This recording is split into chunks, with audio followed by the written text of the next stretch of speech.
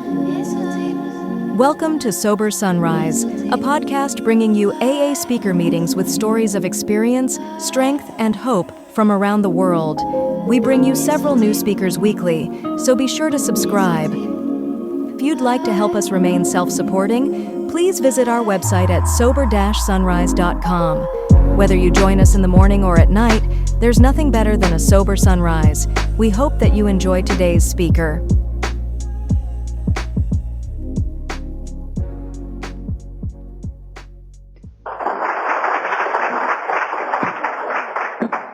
Thank you. My name is Keith Lewis, and I'm an alcoholic. I'm just delighted to be here with you. It's very much like a homecoming for me. I lived in Birmingham for a couple of years in the 80s, and so flying into Birmingham and was sort of like, I used to fly in every week.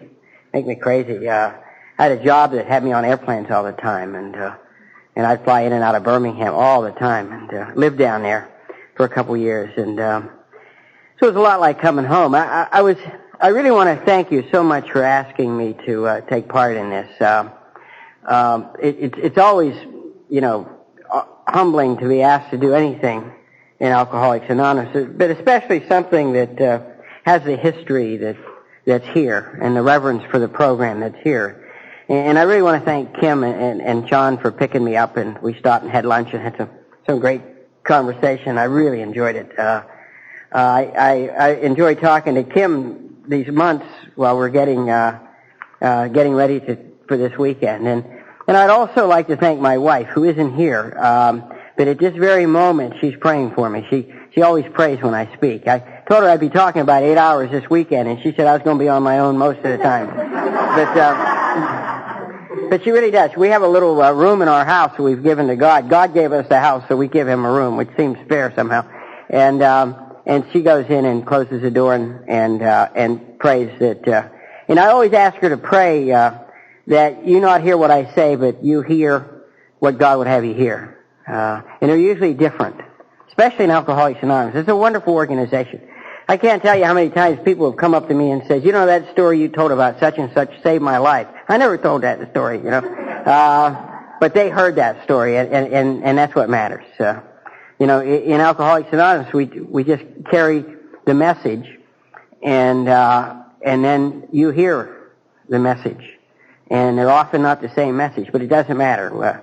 God arranges all those things. And so I'm really, really delighted to be here. I'd like to ask, not to embarrass anyone, but is anybody here fairly new in the program of Alcoholics Anonymous? Great. I am so pleased you're here. And I want to congratulate you for being here. I could not have been around this many people when I was new. I'd have been hanging on the ceiling or something like that. I mean, I was very, very nervous and very quick when I came to Alcoholics Anonymous. And you're most welcome here. And if there's anything you don't understand, just grab somebody. What I'd like to do this weekend, with your permission, is to sort of drift through the steps. Okay? I'm not going to teach you about the steps, and I'm certainly not going to read to you from the books. I assume you have your own book, or if you don't, you can borrow one. Just kidding. And so I'm not going to read you from the book. But what I wanted to do was talk something about the principles of the 12 steps of Alcoholics Anonymous while going through the steps. And maybe share in a general way how I took them, or in some cases how I didn't take them, and what the results were. Before I get started, I want to mention something about Maggie. It's a great honor to be here with you. I was telling Maggie before dinner that we had a mutual friend. There was a man named Bob Brown, and Bob got sober in the Biscayne room. And in the 70s, he moved to Washington, D.C., and he and I developed a friendship that can only happen in Alcoholics Anonymous. We were truly brothers, and Bob passed away a few years ago. And one of the stories I love, there's a clubhouse in the Washington, D.C. area out in Bethesda, and there was a lady there who sort of ran the place. And she came in, and Bob was doing something, and she began to chew him out. And Bob listened to her for about 30 seconds, and he said, just a minute. He said, if I can interrupt you just for a moment. He said, I just think it's fair to tell you that I got sober in the Biscayne room, and Maggie used to chew me out. And the woman says, oh, hell, forget it. And that was the end of that. And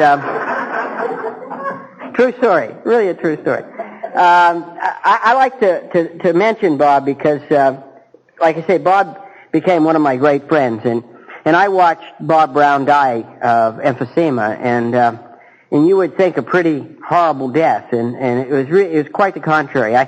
I saw a man who for 3 years couldn't even leave his home, and we started a meeting in his house, and he made every meeting, and he heard fifth steps every week, and 2 days before he died, he heard a man's fifth step. He constantly worked this program, and he learned that in Atlanta with Maggie.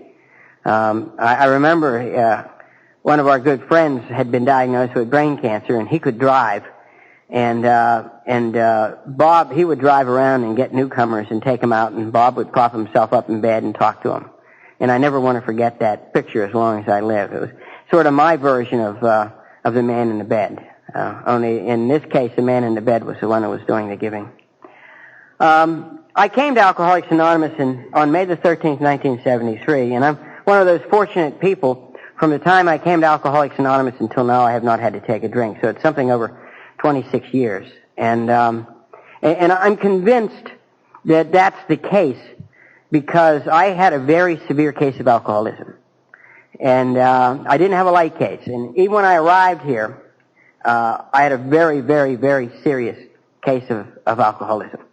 I also have to tell you that I'm one of those people who came to Alcoholics Anonymous by way of a treatment center.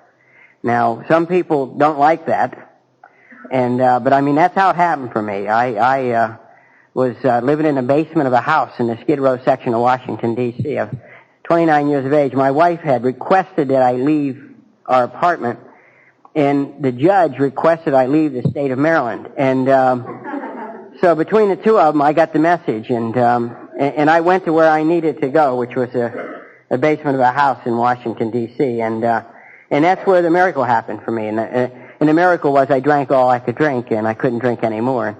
May the 13th, 1973, I went into what passed for a bathroom, and I had one idea in mind, and that one idea was to die. And I would have thought that suicide was a big deal, but it's really not a big deal. For an alcoholic, suicide's just the next thing. It's all. It's just the next thing. In 12 years before this, in July of 1961, I was this 17-year-old, 113-pound kid who left a little town in Martins Ferry, Ohio, took a bus from Wheeling, West Virginia to Pittsburgh, which is about 60 miles away. It's the second longest trip I'd ever been on. And once I went to Cleveland, and I was 13 years old, and I'd gone up there to join the Marine Corps. Now, I knew nothing about the Marine Corps. The only thing I knew was they occasionally took some people to a swamp in South Carolina and drowned them. That's the only thing I knew about the Marine Corps. And I was also knew I couldn't ask. I was always someone who knew he couldn't ask. And I also knew that everybody understood the big picture, except me. It was sort of like one day God put everybody in a big room, and he said, I'm going to explain this once, pay attention. And he told everybody about how to grow up and how to be a real man, and told them all about sex and about politics, told them about God and all that stuff. And I was in the bathroom. And the feeling I had my whole life was that everybody understood but me. And so my job was to go through life and act as though I understood the big picture. And the truth was I had no earthly idea of what was going on. And I even joined the Marine Corps because I didn't know what I wanted to do when I graduated from high school. And my thought was everybody knew what they wanted to do, because you all seem so sure yourselves. So I was convinced I was the only guy who was lost. And my thought was if I go away, they won't know that I don't know what it is I'm supposed to be doing. They'll think I'm doing it. So I had to go away. And back then, the way you went away was you either went to college, and there wasn't great danger of that, or to the military, because all the men went in the military. It wasn't if, it was where and when. And so I went up to Pittsburgh, and I joined the Marine Corps. And that night, in May of 1961, my life changed. And it changed in a way that was to map the course of my life. I had that profound awakening that happens to alcoholics. The first time most of us get an opportunity to drink as much as we want to drink. And I never want to forget it. There were 3 guys from Pittsburgh who had joined the same time I did, and our train was leaving that night. It was leaving at midnight. It was about 4 o'clock in the afternoon, and we went over to a little bar I had no idea what we were going to do, but I just followed them over there because that's what I did. I followed people around, and we went over and sat down. I like to say that I walked into this place and it was filled with real men, the kind that spit on the floor and have tattoos and they know all those words and all of them had real women with them. Real women hang around with real men, and guys like me get what's left. And I remember sitting at the table with these guys, and the bartender came over. He was a real man, and he said, "What do you want?" And I thought, "Oh my God, a quiz." I always thought that when you least expected it, somebody was going to say, "Take out a blank sheet of paper and put your name in the upper left-hand corner." They're going to ask a lot of questions, none of which I'd studied.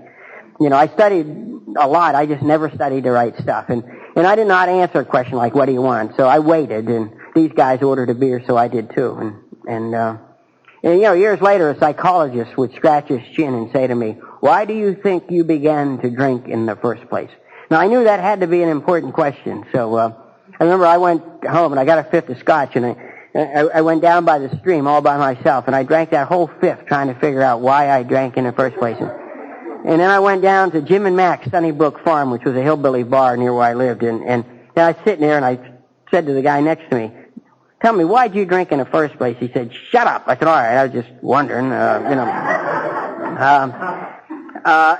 I could never figure out why I drank, so I got to Alcoholics Anonymous. And I'll tell you why I drank in the first place. I'm 17 years old. I weigh 113 pounds.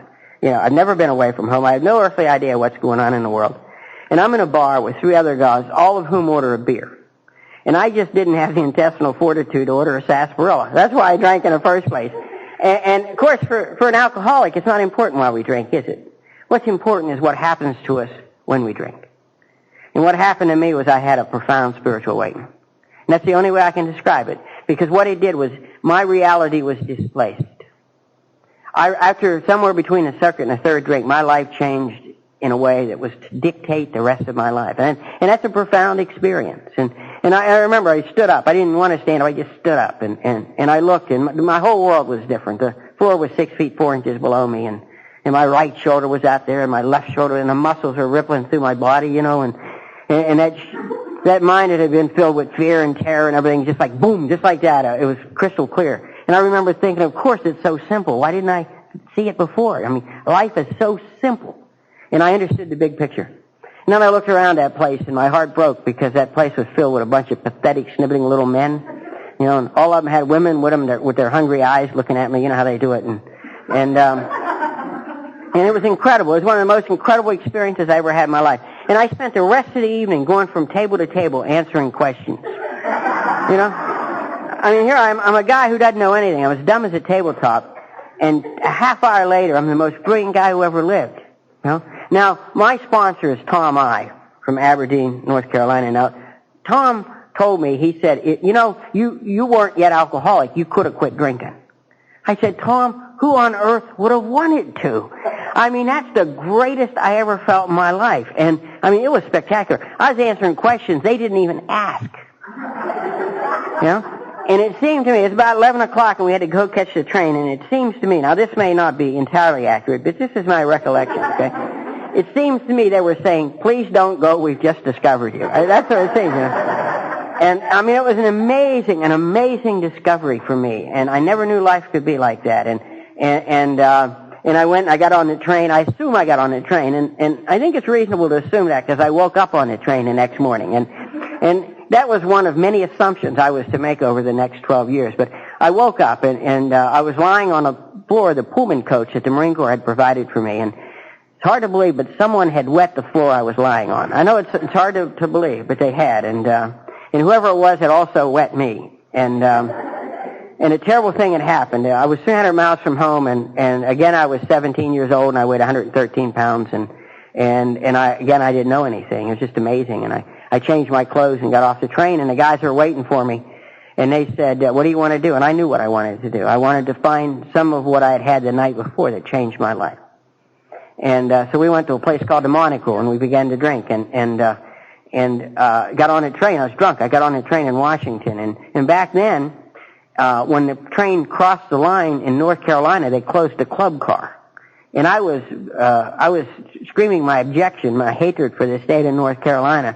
until we got to South Carolina, and they opened the club car back up, and I fell off the train in a place called Yamasee, South Carolina. It's someone moved a bottom step or something. I fell across the next set of railroad tracks, and there was a very rude man, Bob, that they had sent down there to talk to us, to welcome us, and he was hurling obscenities at myself and the other young men who had gone down there to die for their country, and I tried to explain to this cretin that he'd probably get a lot further with us if he treated us with a little respect. You know, he never seemed to be able to grasp exactly what it was I was trying to say. He's a very limited man, and they say you can learn from every experience. And I'll tell you what I learned from that experience. I learned that you can do a lot of push-ups drunk. That's what I learned from that experience. You know, and I'll tell you, I hope you never have to use this information, but you can also do push-ups and throw up at the same time. You know, and I did a lot of that, and then. You know, and they said there's something to be grateful for. I'm grateful we weren't doing sit-ups. That's what I'm grateful for. And I was launched into the Marine Corps. But it had happened to me. That thing had happened, you know. It had happened. And I tell you, I really loved the Marine Corps. And I often wondered why. I mean, you know, you got to be in line for the second step if you love Parris Island. But I just loved it, you know. And I wondered why. And, you know, I'd sober a number of years, and I finally figured out why I liked Parris Island. It was because I had spent the first 17 years of my life guessing at what my job description was. I don't know if anybody can relate to this, but I spent my whole life guessing at what it was I was supposed to do and be and all that stuff, you know. And the Marine Corps had a very, very clear idea what it was they wanted you to do. And they weren't a bit hesitant about sharing it with you, you know. So I think that's why I loved it. And, you know, I packed on about 30 pounds, and I grew a few inches, and I won the Dressbalooza Award, an Outstanding Man's Award off of Parris Island. I got meritorious promotion, and I was going to spend the rest of my life in the Marine Corps. I was home. You know, next to the nuns, it was easy. And I really was going to spend the rest of my life there. There's one problem, and it's a small problem, and the problem was I was alcoholic. That's the problem. And what being alcoholic means to me is that I will fall in love with a way of life. You know, the most enthusiastic people in the world are members of Alcoholics Anonymous. They really are. I mean, just enthusiastic people. And I was enthusiastic drunk. You know, I mean, I'd find a way of life, and I'd love it, and I'd throw myself into it 110%, and I'd go to great lengths and everything. And then I would begin to violate every principle associated with that way of life. See, because first step says, I'm powerless over alcohol. My life had become unmanageable. What that means to me is that I'm a guy who, if he takes a drink, he can never predict what's going to happen. But I know that whatever happens is going to have something to do with the deterioration of my value system. You know, I began drinking in 1961. You know, in 1962, I was less the man I wanted to be than I had been in 1961. And in 1963, I'd violated more principles associated with being a Marine and a human being than I had in 1962. And that's the horror to me of alcoholism. Every year I was less the man I wanted to be than I'd been the year before. I'd violated more principles. And that's to me the first step. It says that I become everything that I swear I never want to be. And the only defense I had was to blame the Marine Corps. And that's what I did. After 4 years I was offered a commission. I worked hard for that. Like I said, I had a few meritorious promotions. I was offered an appointment to go to Quantico, to go to Officers Candidate School, and I turned it down because I knew that the Marine Corps was making me drink funny. In 1965, we did a little thing down in Santo Domingo, and I was blessed with excellent night vision, and they would test us for that, and I was an NCO, and every other night I would lead a patrol into town, and we'd often take fire and things, and from snipers and things. And and the night that I wasn't leading patrol, I'd drink. And one morning I woke up and I was fully clothed, and I had my .45 on. The hammer was to the rear. There was a round in the chamber, and there were 3 rounds missing out of the magazine.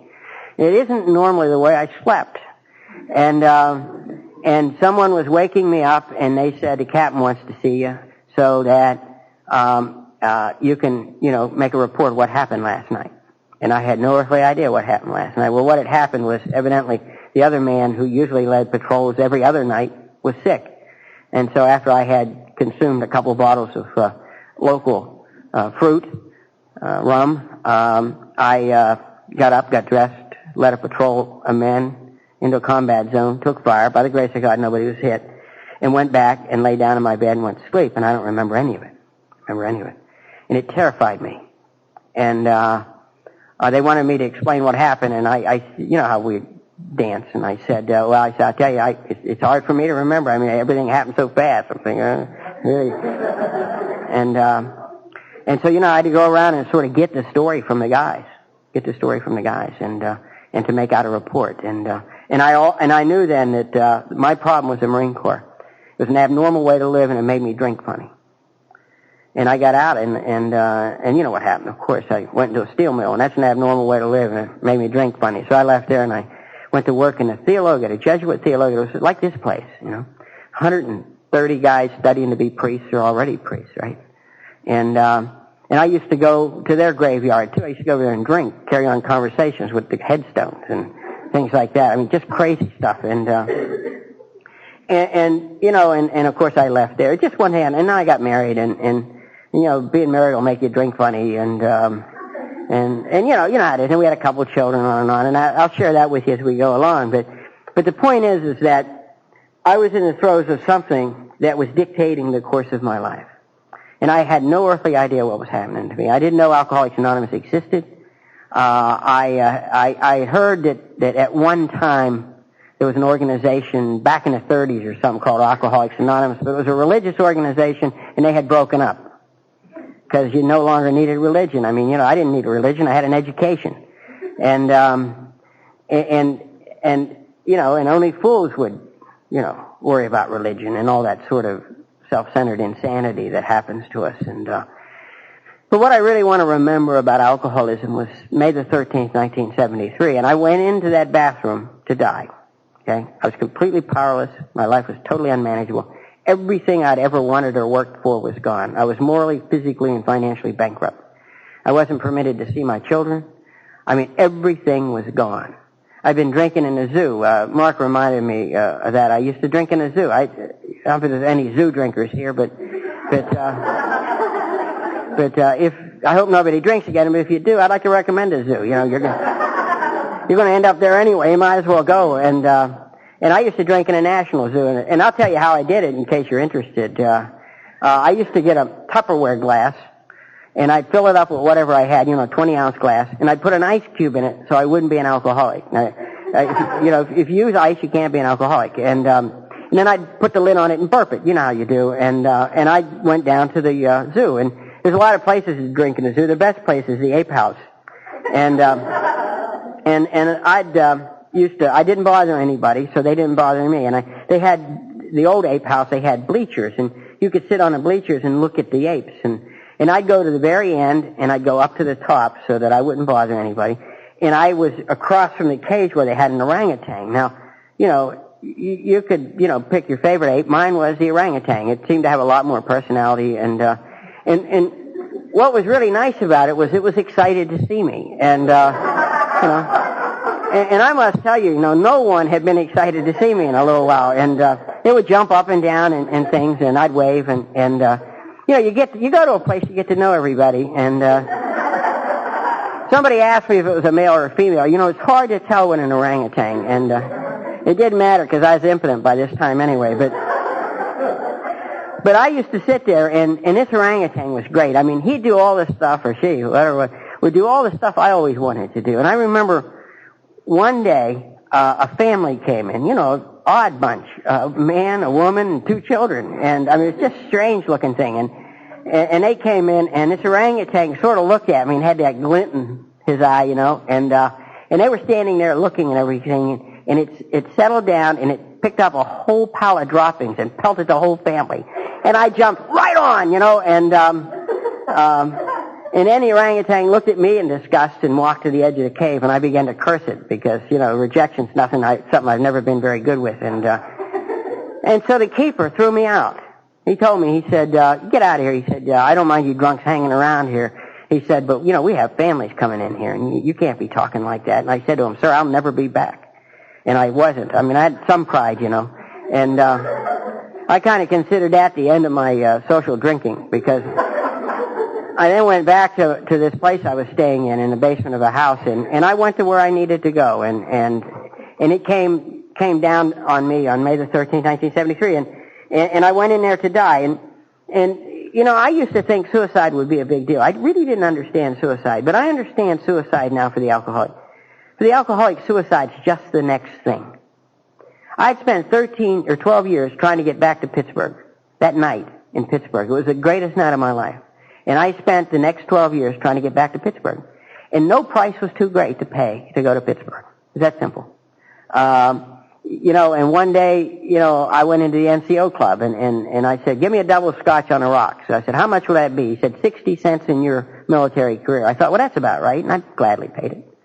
And one day I went in for a bottle of gin and the man in the liquor store told me, he said, that'll be $6.75 in your wife and your 2 daughters. And I thought, that's about right. I paid.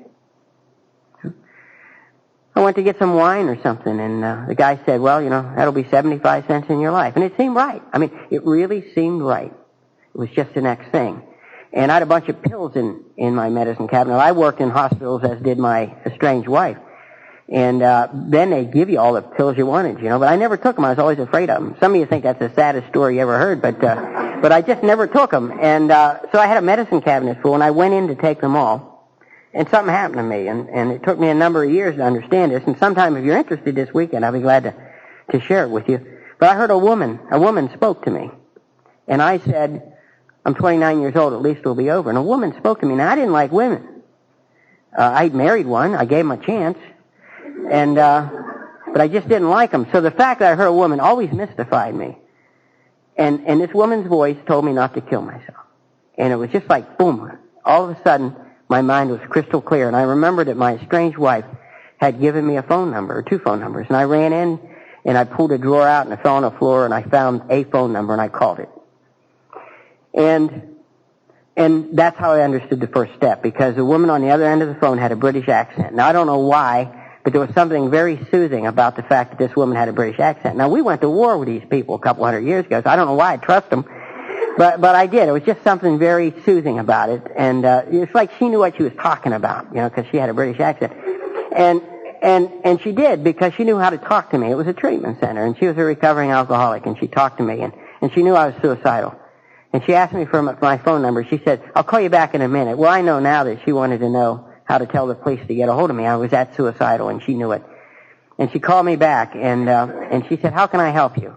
And I said, if you don't help me, I think I'm going to die. Now, I didn't know I was alcoholic, but God gave me a gift. Okay? And when I hung up that phone, I looked, and there was almost a full bottle of scotch on the draining board. Now, you got to know, I know nothing about alcoholism, and I know nothing about Alcoholics Anonymous. But I knew this.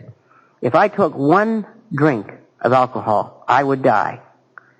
But more importantly, knowing I would die would never keep me from drinking. I knew that I had an illness that I could never be frightened into being sober. And I know that's true because I worked in a teaching hospital, and in this hospital you could go to, they would list the autopsies, you know, and what people died of, sort of like coming attractions. And if you were interested in something, you know, you could sign up and you could scrub in. And so sometimes they'd have, you know, some old guy, you know, 40, 41 years old, you know, had died of acute chronic alcoholism, and I'd scrub into this post, and I'd watch, it's an awful thing. I'd see the liver and the brain, it's just awful. And I'd watch as much as I could watch, and I'd leave there, and I'd go down to Clyde's or Chadwick's. I go to Chadwick's and say, Vinny, you better give me a double, you'll never guess what I just saw. And he said, you always get a double. I said, well, make it a triple. So give me a triple martini, and the rest of the guys at the bar would say, what did you see? And I'd explain to them what I just saw, but the brain and the liver and all that stuff, you know. And they'd say, my God, you better give us a triple too, Vinny. And we'd sit there, and I'd sit there till midnight drinking, and we'd discuss how can someone do this to themselves. And we concluded that there's some people just don't like themselves, just don't have any respect for themselves. And so I knew that I could never be frightened into not drinking. So, and that's important information, and that's, to me, is a critical part of the first step. Yeah, I knew that I would drink again.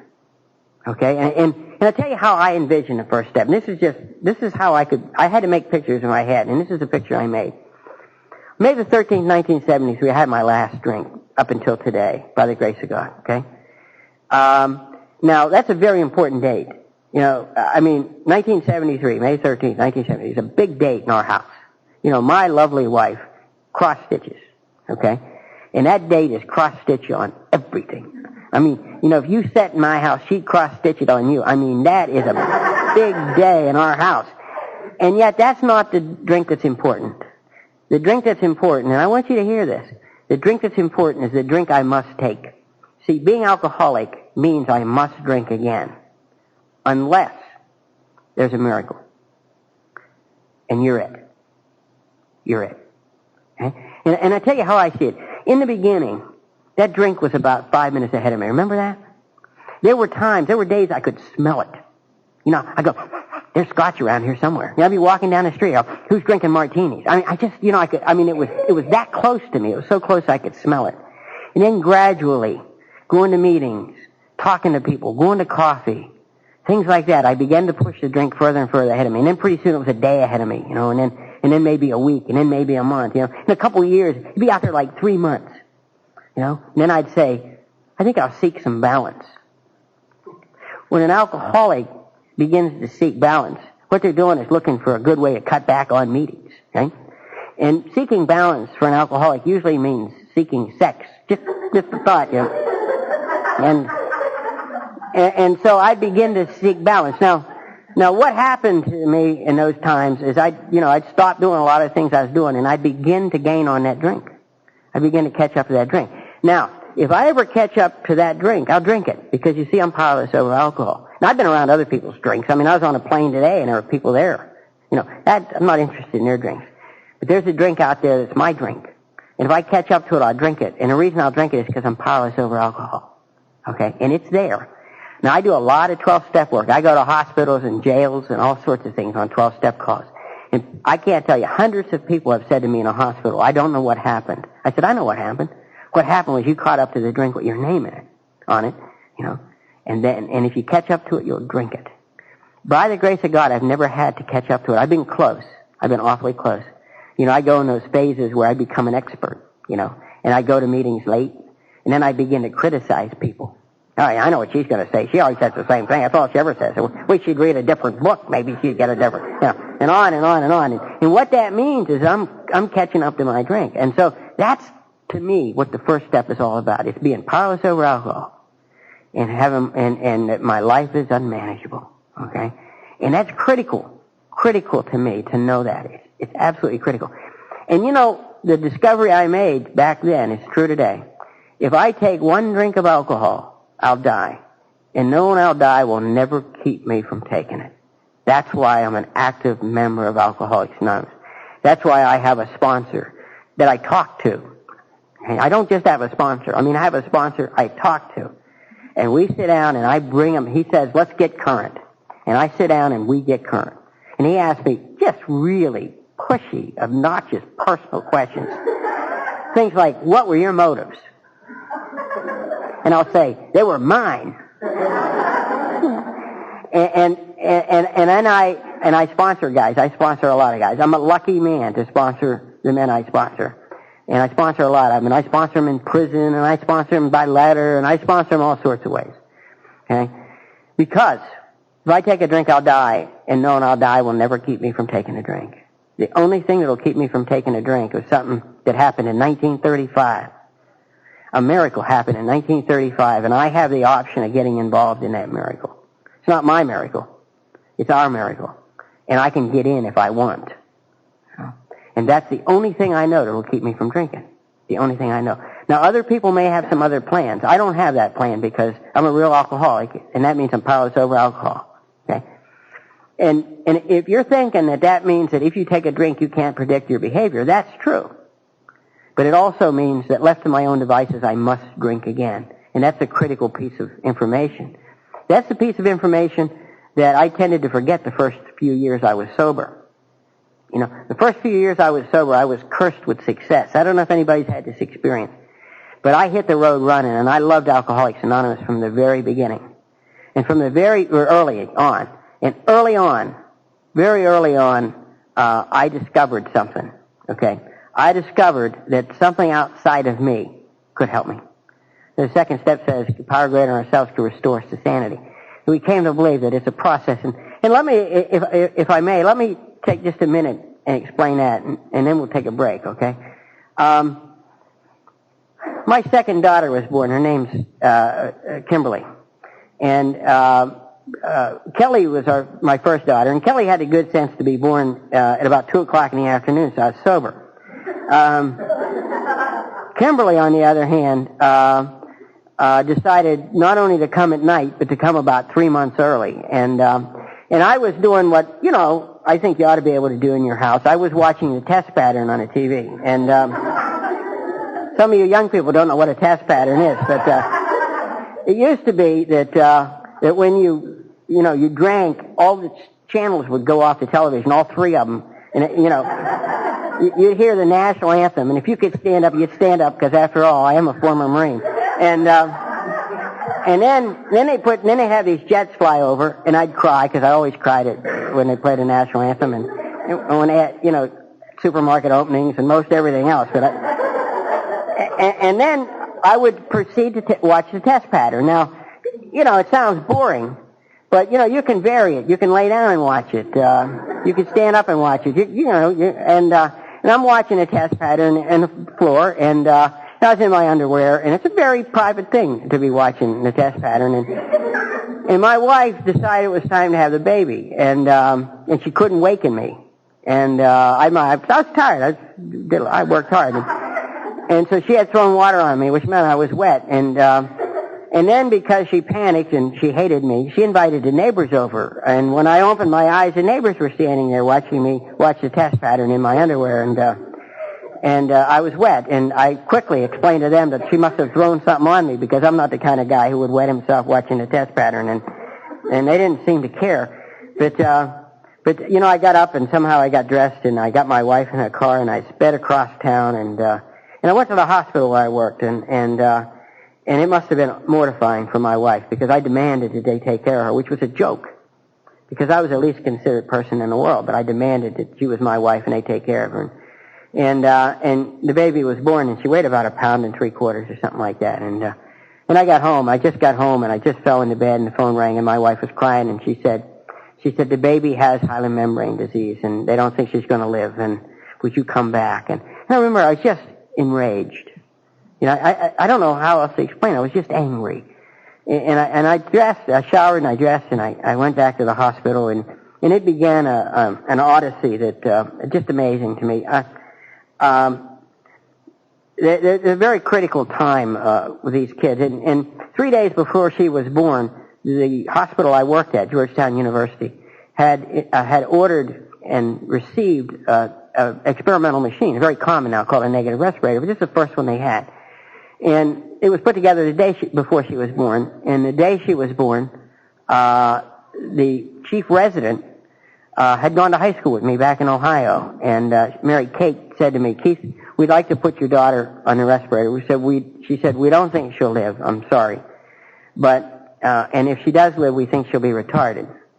But we would like to try." And the reason they wanted me to agree to it was I knew I worked there and I wouldn't sue them, And so I told them to do whatever they thought they could do. And then, and I never want to forget this, because the next few days, I discovered what had happened to me. And I discovered, our friend Bob Brown used to say, "I'm not the man I used to be, and I never was." And I sat in an office. We had an office that we used. It was across from the neonatal nursery. And I sat there at night, and I kept the door slightly ajar and the lights off so no one would know I was there. And I just watched this little thing fight for every breath. And these little infants, when they breathe, they retract, and they actually lift off the mattress. And she was fighting for every breath of life. And I knew what my father would have done. My father was father of 11 children, and he knew how to be a father, and he knew how to be a husband, and I knew what he'd do. He'd be in there, and he'd have his arm around his wife, and he would be telling her, "We can do this together," and all that. And I couldn't do that. And I remember the night that my wife, she'd walk up and down the hall like she had a 1,000-yard stare. And her husband was 10 yards away and wouldn't open the door and go out and take her in his arms. Because it was just, I couldn't. I don't know how to explain it. I just couldn't. There was just nothing there anymore. And I remember the night at 72 hours when it's very, very critical, and she went in and baptized our baby because they didn't believe she'd live through the night. And I ran down to the chapel. They had a chapel, and I hadn't been in it, and I hadn't been to church in quite a while. And alcoholism is a spiritual illness, and it certainly killed any spiritual life I had. And I went down there, and I was desperate, and I went into this little chapel. And I grew up in a Catholic church, and the tabernacle was a special place to us. And even when I was a little kid, I'd go playing ball. I'd run through the church, and I'd say, "Hi, Jesus, I'm going to go play ball. You can come if you want." And even as a little kid, I just loved the tabernacle. I never went by the church that I didn't go in and visit. And I went in that night, and I got on my knees in front of the tabernacle, and I begged God to let my little girl live. And I said, "If you'll let her live, I'll do anything. If you'll let her live, I'll stop drinking." And I was drunk in 12 hours. I drank when I thought drinking would kill my baby. Am I powerless over alcohol? My goodness, yes. You know, there's a great philosopher named Blaise Pascal, Frenchman. And he said God created man in his own image, and unfortunately man returned the favor. And I had created a God that would kill a little kid because her dad was sick. And that's how spiritually ill I was. And then I walk into a meeting of Alcoholics Anonymous, and a perfect stranger standing at the door. Perfect stranger. I never saw this guy before in my life. And he had that smile on his face, you know. He said to me, "You're new, aren't you?" And I thought, oh my God, he's psychic. I mean, how's he know? And then he shook my hand. You know the way they do in Alcoholics Anonymous, with both hands. And then he looked me in the eye, which I always thought was kind of pushy, you know, kind of obnoxious. But he looked me in the eye, and one of those guys, and he said to me, "You know, son," he said, "if you keep coming here, you never have to drink again." And I wanted to scream at him, "You don't know me. I'm a guy who drinks when he thinks drinking will kill his little girl." But he did know me, because he was a member of Alcoholics Anonymous. And he knew that a power greater than me could restore me to sanity. He knew that you could do for me, you perfect strangers, could do for me what I could not do on my knees in front of the tabernacle. The safest place I'd ever been in my life. And of course God would work it out that way. If I could go in there and get what I needed, why would I need you? And if I didn't need you, I'd miss the best part of what God has in store for me. And you know, and Kimberly didn't die. She lived, and she wasn't retarded. She graduated with honors from Auburn University. Now, I always tell her I think you can be retarded and graduate with honors from Auburn University, but just kidding. And she a year ago Christmas presented me with my first granddaughter, Haley Noel, and she's a wonderful, wonderful child, and she's been a wonderful child her whole life, and she's gotten well, and she's just wonderful. She's a school teacher and married to a dentist, and they live in Daphne, Alabama, and just wonderful kid. She's been wonderful all her life, and I'm glad God didn't kill her because her dad was sick. And that's the second step. You know, I was sober 5 weeks, and I walked into a meeting of Alcoholics Anonymous, and a man walked up to me, and he said, "My name's Dick. What's your name?" And I said, "It's Keith." He said, "Is this the first time at this meeting?" And I said, "Yes, sir." And he said, "Well, I'd like to get you a cup of coffee. I'd like to buy you a cup of coffee." And we went over, and he said, "Tell me, do you have a job?" I said, "Well, I think I do." I said, "I used to work at the university. I don't know if I still have it or not." And I said, "I'll find out tomorrow." And he said, "Well, that's good." And he said, "Are you married?" And I said, "Well, no." I said, "She threw me out." And he said, "Well, you have any children?" I said, "I have 2 little girls, but I'm not allowed to see them." And he said, "Oh, what are their names?" And I said, "Well, Kelly and Kimberly." And he said, "I've never seen a father get sober and not see his children." And that's nice. I mean, you're supposed to say nice things. I mean, you have a room full of phonies and they say nice stuff, and so I came back the next week and I walked in the door, and this man, I remembered him, but I didn't know his name. And he came over and he said, "Remember me? My name's Dick." And I said, "Yeah."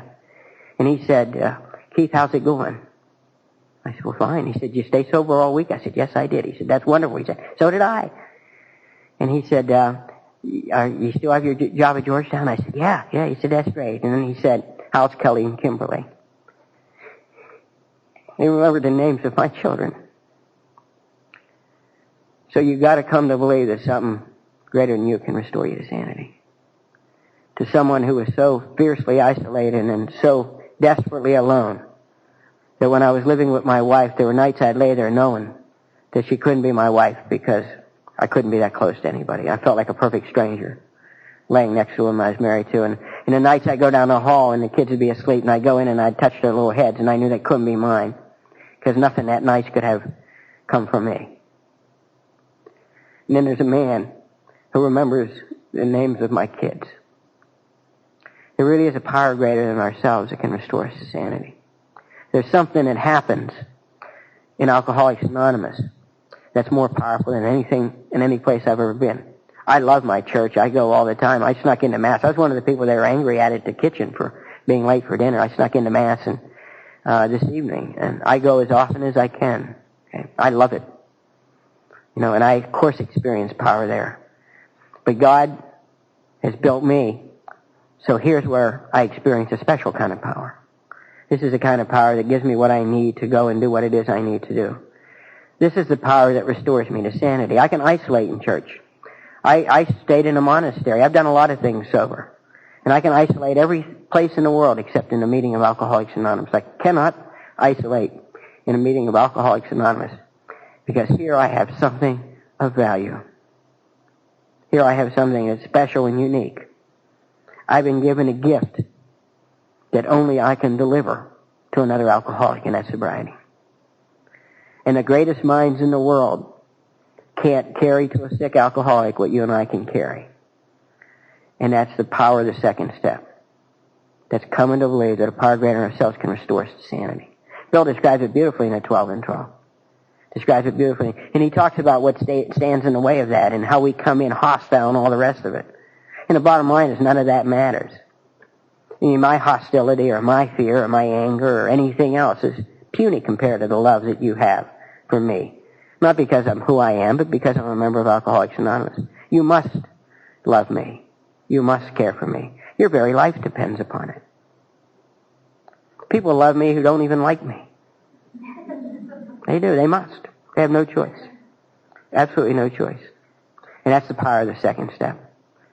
It's something that transcends any... I don't understand it. It's the most amazing thing to me. The second step and the sixth step and the seventh step have always astounded me. The power in those steps is unbelievable. And I have to draw pictures, and one of the pictures I have of the second step is a tree. And I first came to Alcoholics Anonymous. I'm standing on a limb, and I'm grasping the trunk of the tree for all it's worth. And you said to me, look, move out a little bit. Move out a little bit. And so I begin to move out on a limb, and I get further and further out on a limb. It's called getting free. And I'd be out there for a little while, and all of a sudden I'd realize I'm way out here on my own, and I shouldn't be here, and on and on. And you'd say, wait a minute. God has a perfect plan for you. He's got a name. He's got a plan with your name on it. It's Keith's plan. Can you imagine God putting together Keith's plan? I mean, it's an astounding thing to me when I think about it. He has a perfect plan for me. Now, he doesn't rely on me. I rely on him. But if I suit up and show up, he'll use me. I'll give you an example, and then we can take a break. I was speaking once out in Oregon. It's been some years ago, a pretty long time ago, because in Washington State, I'm sorry, and because I was going to be leaving, and I spoke, and there were a couple thousand people there, I guess, and people were kind enough to come up and thank me, and one man came up, and I don't know why I said this. I said, could I have your phone number? And he looked at me, and he wrote his name and phone number down, and I don't know why I said it. I just did, And I put it in my pocket, and I had to catch a flight right after that to get back, and so I was going through Chicago, and I was supposed to go from Chicago into Raleigh, and I was living in Fayetteville at the time, and then down to Fayetteville. And I loved coming home because Julie was then my fiancée, and she would come over and build a fire, and I had a little house out on the golf course, and she'd build a fire, and I'd come home, and we'd have hot tea or hot chocolate or something, and I'd tell her about the trip and about the conference and the people that I met and all that, and it was wonderful. I was madly in love with this woman, and I wanted to see her, and so I get to Chicago, and they said, Raleigh's going to be snowed in, so we're going to take you through Atlanta, and so they fly me to Atlanta, and the problem was they couldn't get me from Atlanta home. So I'm stuck there, and it's the Democratic National Committee's in Atlanta. Okay? Remember, that's how long ago it was. And so they said, well, we'll give you a certificate for a hotel room. And I'm thinking, I don't want a hotel room in Atlanta. I want to go home to... And so I went outside, and I said, God's got to have a plan here. I'm going to look for it. Maybe it's somebody I can help. I'm looking around, see who I can help, and nobody gives a damn in Atlanta if you help them or not. And so finally I get to this hotel, and I said to the guy, the airlines gave me this certificate, said you would honor it for a room. The guy said, you got to be crazy. He said, I got one room. He said, I'm not only going to give you that room, not going to give you that room for nothing. I want to charge you twice as much as it's worth. He was right up front. You got to give him credit. Probably a member of Al-Anon. He just laid it right out there. Sorry, Sean. And so I'm mad, I'm grumbling, and I said, I'll take the room, and I went upstairs, and I was really mad, and I called Julia and said, I won't be in, and this and that, and everything. I'm whining, grumbling, and I got ready to go to bed, and I took the stuff out of my pocket, and I saw that card with that man's name on it. And I said, I better call him. And I called him. And he answered the phone, and I said, yeah, I met you today. I'm Keith, remember? And he said, you're the man who spoke. And I said, yeah. And he started to cry. I said, what's the matter? He said, I got a gun. I'm going to kill myself. And I talked to him, and I called a guy who had hosted me, and the guy lived a block away. And I said, I'm going to call him back and talk to him. Get over there. And he got over there, and they got him help, and they got him in the hospital. He's depressed, and got him in the hospital, and he's okay. And I thought about it. I was sitting in this overpriced room, and I was overwhelmed by the grace of God that he would use me. Someone who hated himself the better part of his life, and God could use me. And every time something, and if I had my way, I'd have gone home and had hot chocolate with my fiancée and told her all about the wonderful people I met, and maybe a day or two later, I'd have called, and maybe the line would have been disconnected. God has a perfect plan. It amazes me that he includes me, and that's what the second step tells me. The second step tells me that he loves me so much that he'll include me in his plan. And as a matter of fact, he'll even make me kind of important in my own little piece of it. And if I stay sober, I get to go through that. That's what the second step is. It's exactly where I'm supposed to be. It's an amazing way to live if you're kind of new. God, it's an amazing way to live. And don't leave before you begin to feel and experience some of this stuff. Why don't we take a break, okay? A group of scientists got together and decided that man had come a long way and no longer needed God. So they picked one scientist to go and tell him that they were done with him. The scientist walked up to God and said, God, we've decided that we no longer need you. We're to the point where we can clone people and do many miraculous things. So why don't you just go on and get lost? God listened very patiently and kindly said to the man, very well, how about this? Let's say we have a man-making contest, to which the scientist replied, okay, great. But God added, now, we're going to do it just like I did back in the old days with Adam. The scientist said, sure, no problem. And he bent down and grabbed himself a handful of dirt. God looked at him and said, no. You have to get your own dirt.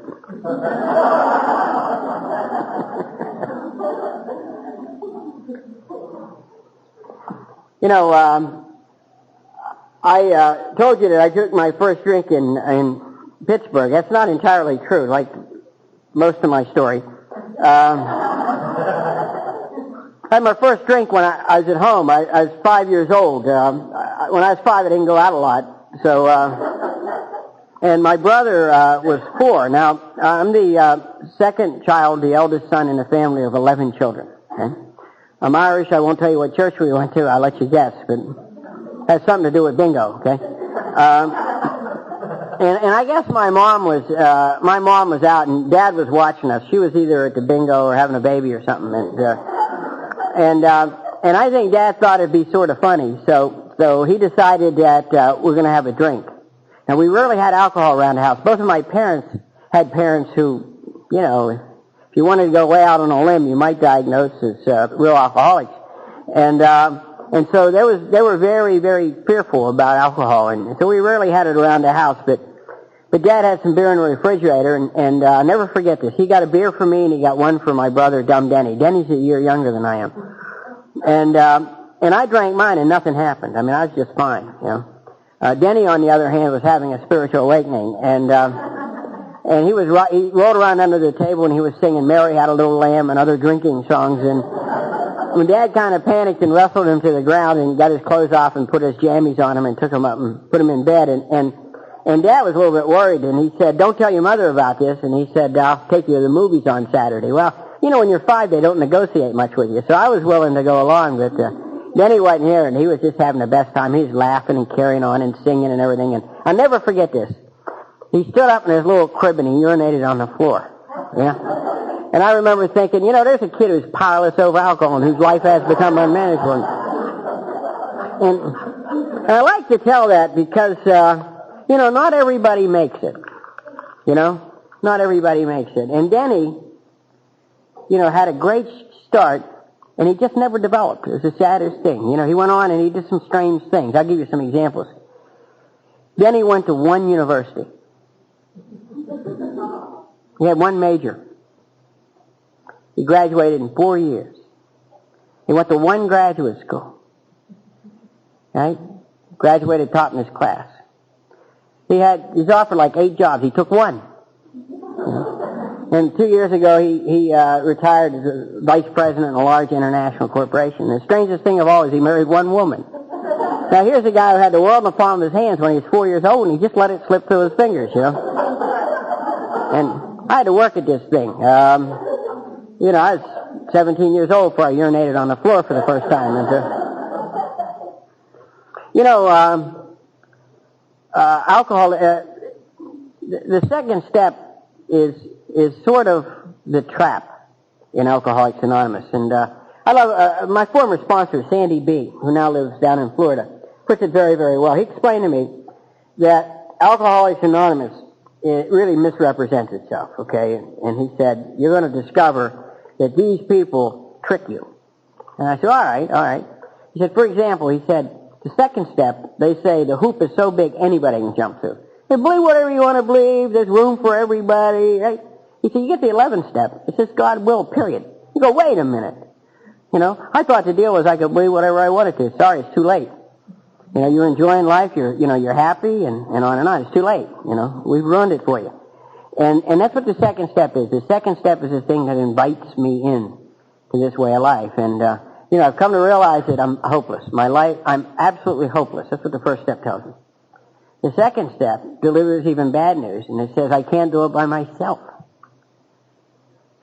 And so the third step invites me to make the decision to turn my will and life over to the care of God. Now this is a very interesting step because this thing was difficult for me. And of course it has to do with a lot of old ideas I had. And I was not a guy, I was really fortunate in Alcoholics Anonymous. My first sponsor, Dan, is a wonderful man, and he taught me how to be a good member of Alcoholics Anonymous. He took me on 12-step calls, he took me to prisons, to Howard Pavilion for the criminally insane, to the VA hospital. He really showed me, he took me on 12-step calls, he showed me what alcoholics do to carry the message. What we didn't do was a lot of step work. Now, my home group was a step group, and I thought what you did was you talked about the steps. That's what I thought. I thought you talked about the steps. So we talked about the steps. Now, I wasn't a big writer. I didn't do all that stuff, but we talked about the steps. And that combined with the fact that I was becoming very brilliant, very successful, and really climbing the ladder, told me that I didn't have to mess around much with these steps. And I'm sober about 3.5 years and just absolutely insane. And my sponsor had left town, and so for the past year I've been sponsoring myself, which meant I had an idiot for a sponsor, so I was desperate, and I kept watching this man Sandy, and everybody said nice things about him, but what really attracted me to Sandy was the fact that he really enjoyed life. I mean, he'd been through a divorce, and he had lost everything, and he's happy as he could be. And everything was a joke, everything was fun, everything's part of God's plan, and that intrigued me. And he talked a lot about the steps, and I knew that I needed to do something. And I've never been precocious. I mean, I just am not a quick study. I'm just not. I get good grades, but I'm not a quick study. And so I went to Sandy and I said, Sandy, I'd like to talk to you about sponsorship. He said, that's great. He said, get your running shoes and come over to my apartment tomorrow morning, or Saturday morning. And I said, well, and I'm saying to myself, well, I don't happen to have any running shoes. Now, I got a few cartons of cigarettes, but I don't have any running shoes. But I couldn't tell him that, so I went and bought a pair of running shoes, and I rubbed them in the dirt so they look old. And just an incredible amount of honesty. My whole life has just sort of come natural to me. And so I went over, and we put on our running shoes, and we proceeded to run. And we're running along, and I've smoking 4 packs of cigarettes a day, so I got to the point in a hurry, and I said to him, I said, would you consider sponsoring me? And we're running along, and he said, you're having a difficult time, aren't you? I said, I'm having a really difficult time. And he said, well, tell me. He said, do you believe in God? That's an interesting question to ask a guy, you know. And I mean, I like 80% believed. You know, when I got my way, 90%, you know. But I wasn't sure. I had doubt. And I thought, now, nobody told me this, but I thought doubt meant you didn't have any faith. I now know that doubt's an element of faith. That to doubt the existence of God is an element of faith, you know. And that, you know, if you don't doubt, you don't need faith, do you? Because then it's certainty. But I didn't understand that, and I thought about it, and I instinctively knew that he was asking me a question that was critically important to my life. And I wanted to be absolutely honest. And I said to him, I don't think I do. And he looked at me, he was very sad, and he says, that's too bad, that means you're probably going to die. And I stopped running, and he kept running. And I thought for a minute, and I caught up with him. And I said, you know, I'm willing to go home and reconsider my position. And he said, you know, if you'll reconsider your position, you can live. And that's the third step. The third step is being willing to reconsider my position when it comes to God. And, you know, a lot of unlearning had to happen for me. I mean, I had come to blame God for what had happened in my life. I'd ask him, don't let them arrest me. They'd arrest me anyway. You know, and I mean, I had tried a lot of stuff with God. And you know, so I had a lot of doubts here, and I had to do a lot of unlearning. I had a lot of old ideas about God. And I, you know, I always get a kick out of people who describe themselves as recovering Catholics or recovering Baptists or this or that. I mean, the truth of the matter is that I never gave that stuff a chance. I never gave it a chance. You know, when I went to do my 8-step work with my brothers and sisters and things, I mean, they had an entirely different view of God. Entirely different view of nuns. I remember I went to make my amends to Dumb Denny, and somehow the nuns came up. And I was, you know, I had my spiel already. I said, yeah. I said, they used to beat my knuckles with a ruler, and they used to use the centimeter side on me. You know, it had to be worse for me than everybody else. And then he said, you know, I seem to remember that happening a couple times. He said, but most of all, he said, I remember a bunch of dedicated women who gave their whole lives to teach little kids. That's one way to look at it, you know. And it just seemed to me that I never looked at it that way. You know, I always looked at it, and the book says that my problem is I'm selfish and I'm self-centered. And that was my view of life. And the third step says that I must reconsider my view of life. That my problem is that my ideas are old. You know, after I was sober, I was lucky enough to be granted a scholarship and where I worked. And so I worked full-time, I went to school full-time, and I went to 10 AA meetings a week. And every once in a while I slept. And I loved it. I was just sort of crazy. And I went back and I took a degree in philosophy and theology. Now, it sounds boring, but it really isn't. I was very excited. I could study anything I wanted to, and that's what I wanted to study. And my sponsor told me being sober meant you did what you wanted to do. That you didn't have to worry about what was practical. You do what your heart told you to do. And that's what my heart told me to do. And I went back and studied it. And one of the philosophers I studied was a guy named Hegel. And Hegel talked about something called the dialectical. And I like to think of that in terms of the third step. What the dialectical says, in essence, is that I have an idea or a thesis. And it's an old idea, okay? For example, an old idea might be, I can do it alone. That's an old idea I had. You know, and it's funny. I used to say to people, the Marine Corps taught me to rely on myself and do it alone. The Marine Corps never taught that. I learned that in the bar in Malta. You know, the Marine Corps taught me to be part of a team and to go on and a fire squad and on and on and on and on. I mean, it never taught me to do it on my own. That was my interpretation of what Smedley Butler said or the Marine Corps said, okay? That was never the Marine Corps' interpretation. And so you got this old idea, you got to do it alone, right? And that's the thesis, that's the old idea. And along comes this new idea. It's entirely opposite of the old idea. You know, I need people. Boom! You know, it's a revolutionary thing. And there's always violence. Hegel says that when an old idea and a new idea collide, when the thesis and the antithesis collide, there's always violence. And there is. I go, no, that's not right. You know, I sit in that chair, I go, blah, blah, blah, you know, and growl and all this stuff, and I don't really say the Lord's Prayer, and I got to hold hands with those weirdos, and everything was conflict with me, okay? Everything was conflict. Now, you know what I was afraid of? A roommate of mine said to me one time, he says, they're brainwashing you. And I remember thinking, thank God, if anybody's brain needs washing, it's mine. I knew that much, okay? But I didn't want, you weren't going to tell me how to live my life. I mean, what kind of guy would I be then? I mean, I'd spent all my life telling you nobody's going to tell me how to live my life. I mean, I did it my way. I did it on Skid Row, but by damn, I did it my way. And so now you're going to, so there's got to be all this conflict going on, and it was conflict. And so I was afraid that you would change me. Isn't that crazy?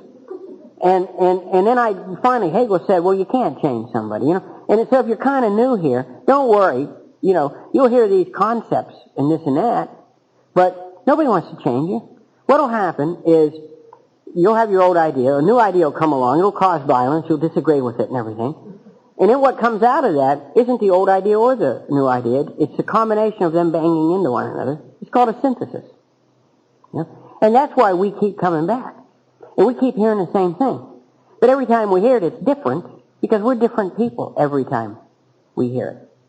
And pretty soon, those dumb sayings that they hang on walls become keys to whole processes of thought. Think. What a wonderful thing. When I see that or hear that, a million things run through my mind. Things I've learned in the last 26 and a half years about thinking through a drink, about, thinking before I open my mouth, acting, not reacting. All the things I've been taught are all tied together in that little think. And each one of those things I learned was always a revolutionary new idea. It was always an antithesis. Okay? And so what happens is I get changed. You don't change me. You present me with a new idea, and I get changed. And it's an incredible and an amazing phenomenon. So I never become a drone. I never become all the things I thought I'd become if I joined anything. I never joined anything. I remember even when I was in the service, a lieutenant said to me, he said, Louis, you did a wonderful job. And I said, well, I just like working for you, Lieutenant. He said, don't kid you or me. He said, you don't work for anybody. He said, you do twice as much as you have to just so you don't have to work for anybody. And it was true. It was true. Okay? I was that isolated. But Alcoholics Anonymous works great for a guy like me, because the book says you don't have to believe anything. All you have to do is show up. You have to show up, and I'm asked to decide what it is I believe. It's an interesting thing, isn't it? You decide what it is you believe, because what we believe is different. And you're going to hear what we believe, and since it's different, usually the opposite of what you believe, you're going to be changed. So you believe what you want to believe. You bet your ass I'm going to believe what I want to believe. Okay, you believe that so that we can change you. Now, if you don't believe what you believe, we can't change you. So it's critical for you to have an opinion. It's crazy, but it works. It really works. And a lot of that has to do with the third step. The third step really is where I make a decision to turn my will and life over to the care of God. Okay? And what that means is that I'm going to determine what it is I believe. I had never defined my life and my will. I had never done it. My will and my life belonged to alcohol. It told me when to drink. It told me what to think. It told me what to do. It told me how to act. I drank in some of the finest places in the world, and I drank in bootleg joints on 14th Street. And I could make myself fit wherever it was, because I'd figure out what it is I was supposed to say, what it is I was supposed to do, and I fit. You tell me to Alcoholics, because you say, you come to Alcoholics Anonymous, you got to take a stand. You got to say. So I'll say something like, I don't believe in God. They say, that's great. If you don't believe in God, and you really hang on to that, you can believe in God. You have to. Because we'll confront you with reality. And one day you'll believe in God. You'll get to the point where you'll think you invented the concept. And it's all because we begin by deciding we're not going to believe in God. I'll do it my way. Great. We love people who do it their way. Because if you decide to do it your way, when we present you with our ideas, which are different than your ideas, you end up changing. Huh? Yeah, now you got it. That's right. It's just an amazing process. It really is. And the third step is a wonderful, wonderful step. And it's a process, but it's also an event. I was out in California not long ago, and I guess it's been a couple of years now. When you run long enough, not long ago, can only be 5-6 years ago. But there was a girl there, and she was carrying on about something and sort of whining about it, and she was really kind of desperate. I said, come on. So we took the book and we went in. And I said, get on your knees. She said, well, I said, get on your knees. And I gave her the book. I said, read it. She said, I've been in AA for 10 years. I said, I know. Now we're going to take the third step. You know? She had thought she had taken it. But I confronted her with some new reality, and she took it. And, of course, she had taken it. It was time to do it again. You know? She had gone that far out, and now it was time to reconfirm. And what we reconfirm is that God loves us, and that there's a special plan with my name on it, and that God watches every breath I take and every step I take, and He counted every hair on my head, and He carved me in the palm of His hand, and He knit me in my mother's womb, and all those things I've learned as a result of being a member of Alcoholics Anonymous. And what the third step says to me is, yeah, that's right, that's what I believe. Sure it is. And the third step defines for me what I believe so that I can be changed. Let's see, I believe this, I'll go to the grave with this. Good. Tomorrow you'll believe something different. If you will define this, tomorrow you'll believe something different. And that's the magnificence of this whole deal. You know, that's a great thing about being wrong. You know, it's a great gift. If you're kind of new, I've given it. Let me warn you, okay? I hate to do this, but it's only fair. Maggie's here. There's some old-timers here, okay? And I'm going to caution you about old-timers, okay? Come to the meditation, do that stuff. But for God's sake, stay away from old-timers, okay? They are not nice people. They aren't, you know. And I'll tell you this, take this from me, okay? Tell you some stuff, okay? They say things like they need to go to meetings. They don't need to go to meetings. The only reason they go to meetings is the only enjoyment they get out of life is watching you and me suffer. Isn't that true? If you don't believe me, after the meeting, go over and tell Maggie your problem. The first thing she'll do is laugh. You know? That's what old-timers do. They laugh when you tell them a problem. And if you really want to make their day, tell them a problem about sex. They love problems about sex, you know? It's always the same thing, right? No sex, right? They're not having sex anymore, and they don't want us to have sex either. That's what Well, I used to go to this old-timer, you know, and I hung with a group of guys who was sort of the problem of the month group, you know? We had it all figured out that there's a problem someplace, and we misunderstood Alcoholics Anonymous, how it worked. We thought that Alcoholics Anonymous was a process of figuring out problems, you know? And you had to figure, and if you didn't figure out the problem, a big hand came down and made you drink. And so once you recognized the problem, the clock was running, and you had to get an answer. And so we used to go to this old-timer, and he loved picking on me, you know? And like I said, when I came to AA, I was impotent. And I mean, I sat on that one for a little while. Not literally, but And you know, I didn't tell anybody about that. So finally, I didn't want to tell my sponsor, because, I mean, would you want to sponsor guys impotent? Think about it. So, I needed to be perfect for my sponsor. So I went to this old-timer. And I said to him, he said, I'm beating around the bush, and finally he said, what's the problem? I said, all right, I'm impotent. And he goes, oh! He said, a lot of us had that trouble. He said, it'll go away. I said, when? I thought it was important, you know. He said, well, you got a full social calendar? You know. So I went to him one time with this problem. I can't remember the problem. It was, you might have remembered, it was July of 1973. Terrible problem.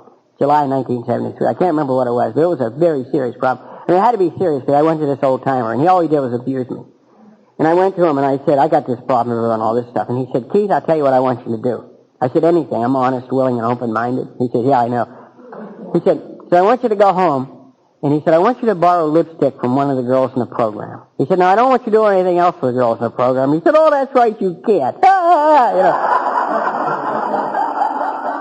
He said, I want you to borrow some lipstick from one of the girls in the program, and I want you to write on your mirror, Keith, you were wrong. I said, I can't do that.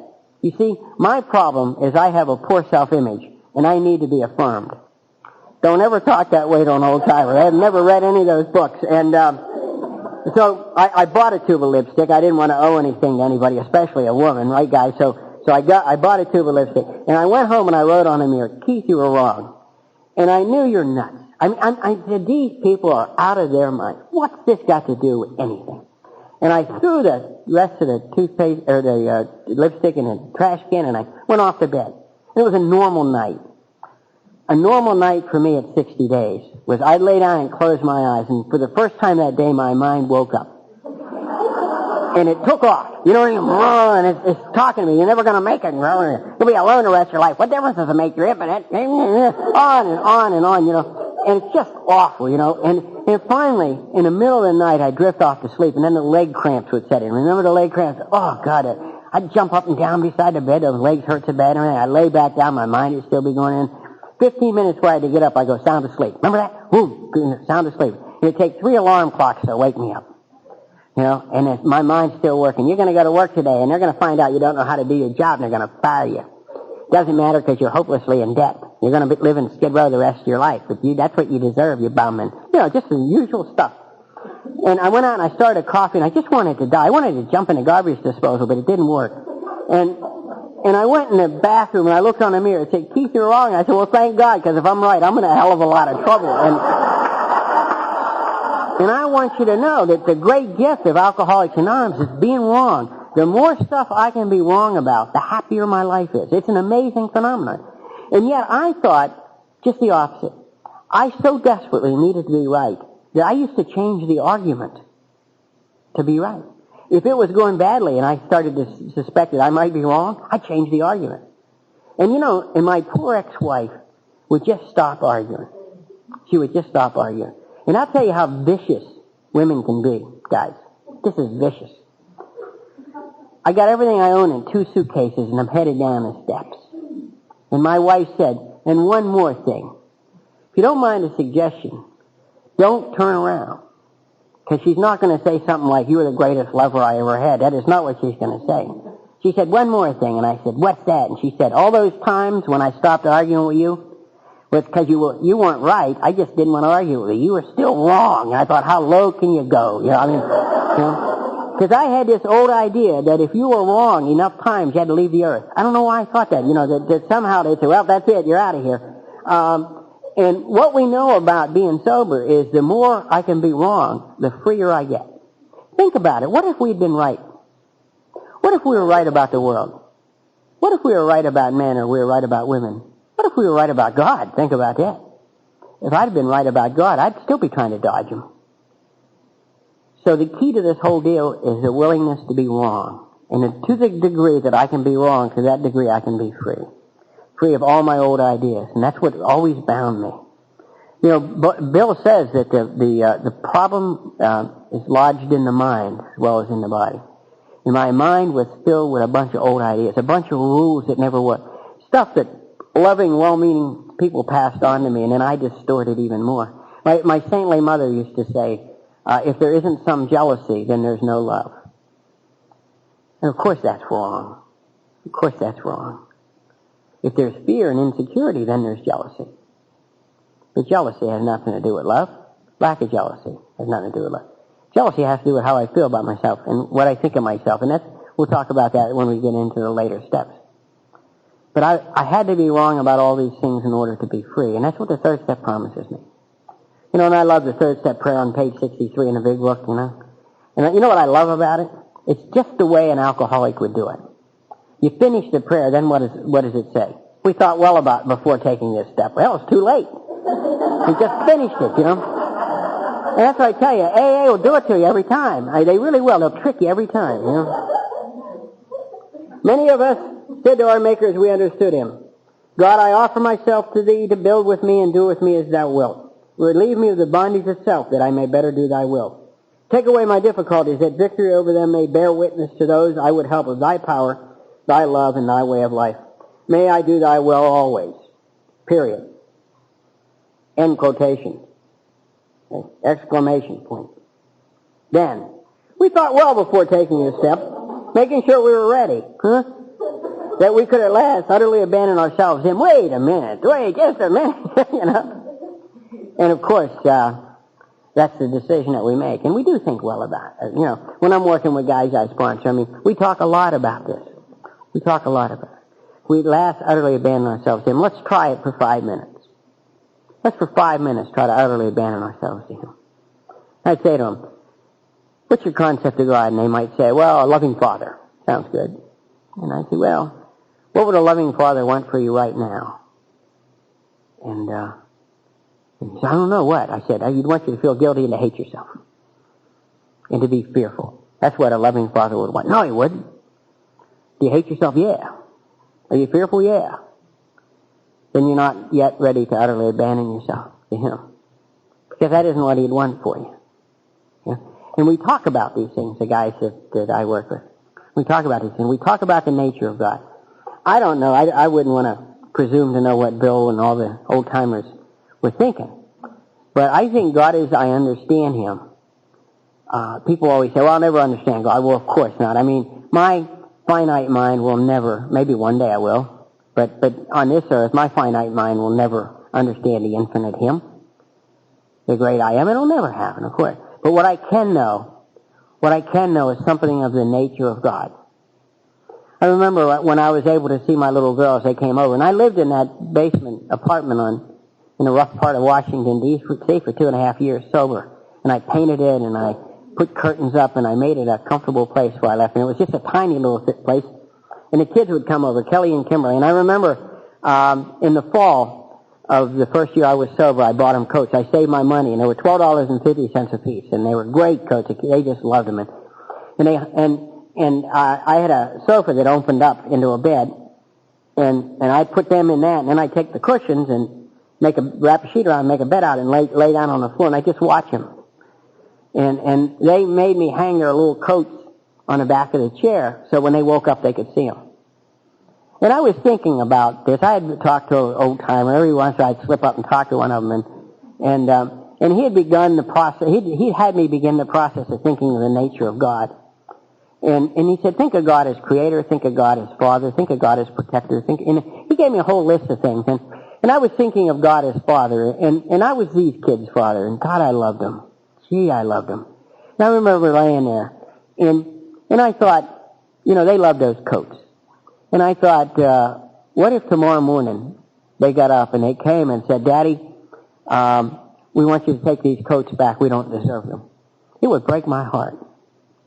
And yet my whole life, that's precisely the way I treated God. I gave Him back, or refused, everything He gave me. He gave me peace of mind, and I opted for fear and conflict. He gave me loving parents, and my job was to be ashamed of our poverty and to see what was wrong with them and to determine why I'd been cheated. He gave me a father who spent time with me every day that I let him. And I chose to see my father's dirty fingernails and the slivers of steel in his fingers from the mill and the smell of oil and cigars.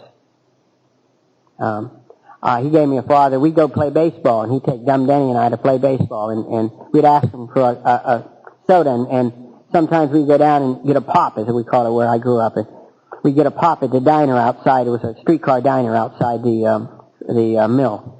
And when the men were in the mill, they weren't out there, so it would be empty, and we'd go and we'd sit at the bar where the men sat, and I'd have a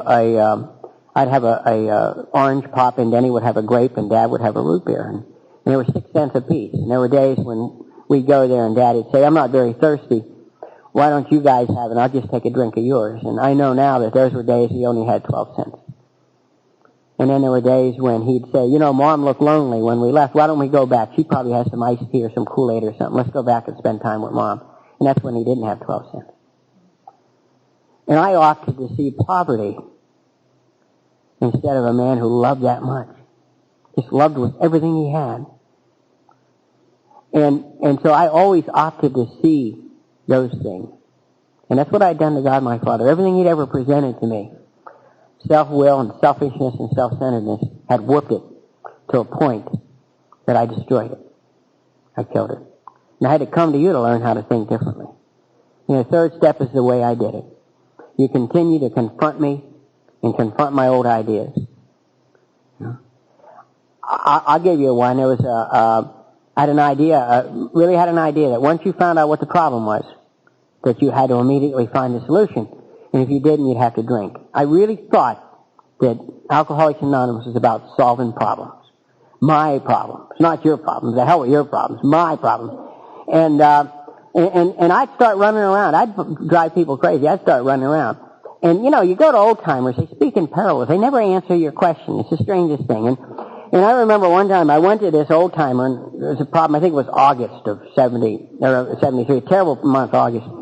And I went to this old timer, and he said to me, Keith, I don't know the answer to that. And he said, but there's a guy down at the Metropolis Club who knows, and his name's Amos.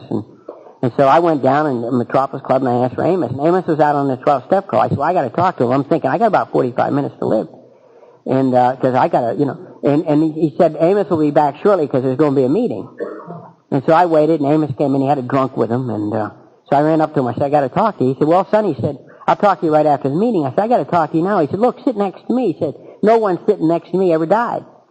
And I said, all right. So I sat next to him, and when the meeting was over, he's a wonderful man, a kind next to me. He said, no one sitting next to me ever died.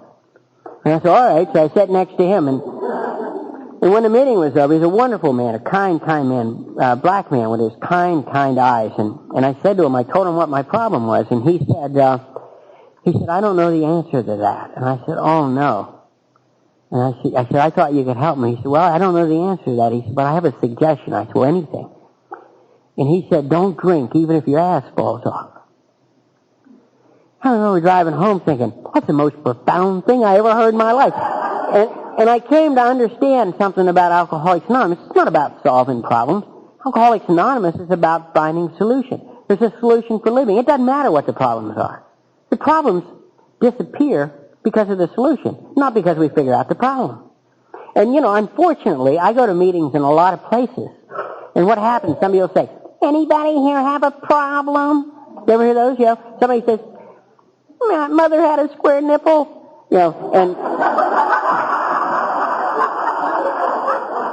And we 50 untrained psychiatrists spend an hour dissecting this problem, and it's not about problems, it's about solutions. It's not about sharing feelings. It's about solutions. I remember I went to a meeting, I'd been in a treatment center, and they never told me that AA was sharing feelings, but that's what I learned. That was the impression I got. So I go trotting off the meeting, and I want to belong. I really want to belong. Because if I don't belong, I'm a dead man. I knew that, And I didn't know how to belong other than to act the way I thought you wanted me to act and say the things I thought you wanted me to say, and then you'd like me enough to let me stay around. And that's the way I lived my life. I'm not proud of it. It's just the way it was. And so I got to this problem, and it came to this meeting, and it came to me, and I shared my feelings. And a great hush fell over the crowd, and they looked at me for a moment, then they went on. And I went back the next week, and a man met me at the door, and he said, hi, how are you? He said, you have a good week? I said, yes, sir, I did. He said, after you left last week, he said, we had a business meeting. And he said, the vote was 12-0, nobody gives a damn how you feel. He said, if you don't like the way you feel, wait 5 minutes, you'll feel different. I said, that's true. That's true, because I was like this, And he said, we're interested in what you do. He said, Alcoholics Anonymous is a program of action. He said, we want you to take certain actions, which we took. And if you'll take these actions that we took, you'll get what we got. And he said, and then the day will come when you won't care how you feel. And I'm thinking, I can't imagine that. But, it has. There's a good friend of AA. He's not himself an alcoholic, but I spent a lot of time with this man. He's a wonderful man. He's a Jesuit and a priest and a PhD in psychology and all that stuff. And his name's John Powell. And I asked John, at the International in 1980 in New Orleans, I spent some time with him, and I said, John, I was sober about 7 years, 6, 7, 8 years, tough time, and I was tired of it, you know what I mean? I was trying to work a spiritual program. It was like holding my breath, I had all these things going on and all these character defects running wild, and I'm trying to control them, and I'm just losing ground quickly, and I said to him, I said, John, what's this crap all about, this spiritual life? What's it all about? I've been acting spiritual. That's what you do. You act spiritual. And he said, Keith, he said, you're in a perfect place to do this. He said, maturing, he said, a spiritual life is just a matter of maturity. And he said, the first thing that everybody must do is to discover who they are. And I said, and who they aren't. He said, that's right, who they aren't. And he said, the second thing is to fully accept who we are. He said, then the third thing is to forget who you are. I thought, man, that's right. I'd known spiritual people or religious people who had a spiritual experience, a spiritual awakening. I have nothing against that. Believe me, I've had them. But they have like a boom, like a top of the mountain experience. And then they'd run around inflicting that experience on everybody else. Well, the problem was they hadn't gone through the process. They didn't know who they were. They meant well, but they didn't know they were being obnoxious.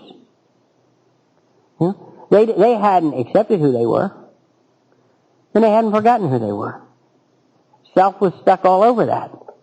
Then I look at old-timers in Alcoholics Anonymous, and they're laid back and they're easy, and they say rough things to us, and they say it in a way that we're not offended. We even laugh. You know, and that's their way of telling us they love us. You know? And you know, we do stuff to them too. We have a guy in town, he's a wonderful guy, but he's supposed to be, you know, seeing impaired, right? So he feels his way to the meetings and all this stuff. Well, he gets on the kids a lot, you know, he's rough on the kids, and so they always exact revenge. You gotta watch young people, they can't be trusted, you know. I you know, a certain time they ran out of souls, and they kept making bodies, and we got some of them in AA, they're young people with no souls, and so what they did to this guy, he's a great old guy, I just love him. What they did to him, though, was he can't see, right? Well, they put a dime under the chair in front of him. And he comes in and he's feeling his way in and all. He sits down and he looks and he sees that dime and he reaches down and picks it up and they all laugh and point at him and everything, you know. Mean kids. But the third step is this process where I come to accept that most of what I know is wrong. I've misinterpreted all these principles that I've grown up with. I mean, I love what Sandy B said. The receiver was broken. I heard all the right stuff. And I tell you, how many times in Alcoholics Anonymous I've heard, I was taught a God that does this and does. I used to do that stuff. I was religiously anti-religious. I really was. I mean, I was waiting to be offended, you know. I was going to whip out the Constitution on some people in the meeting of Alcoholics Anonymous. They talked about God, and I was ready to jump all over them and everything.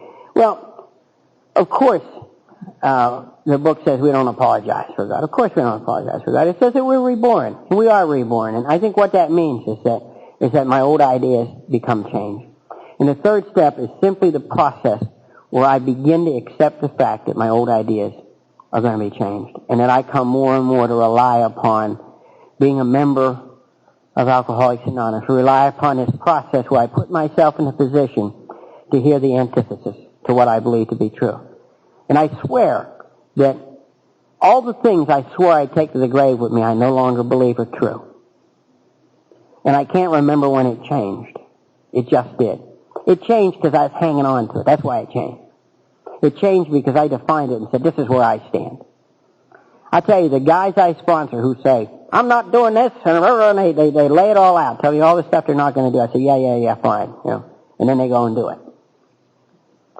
But the people who won't define it and remain vague about who they are and what they believe and all the rest of it, those are the people who never change.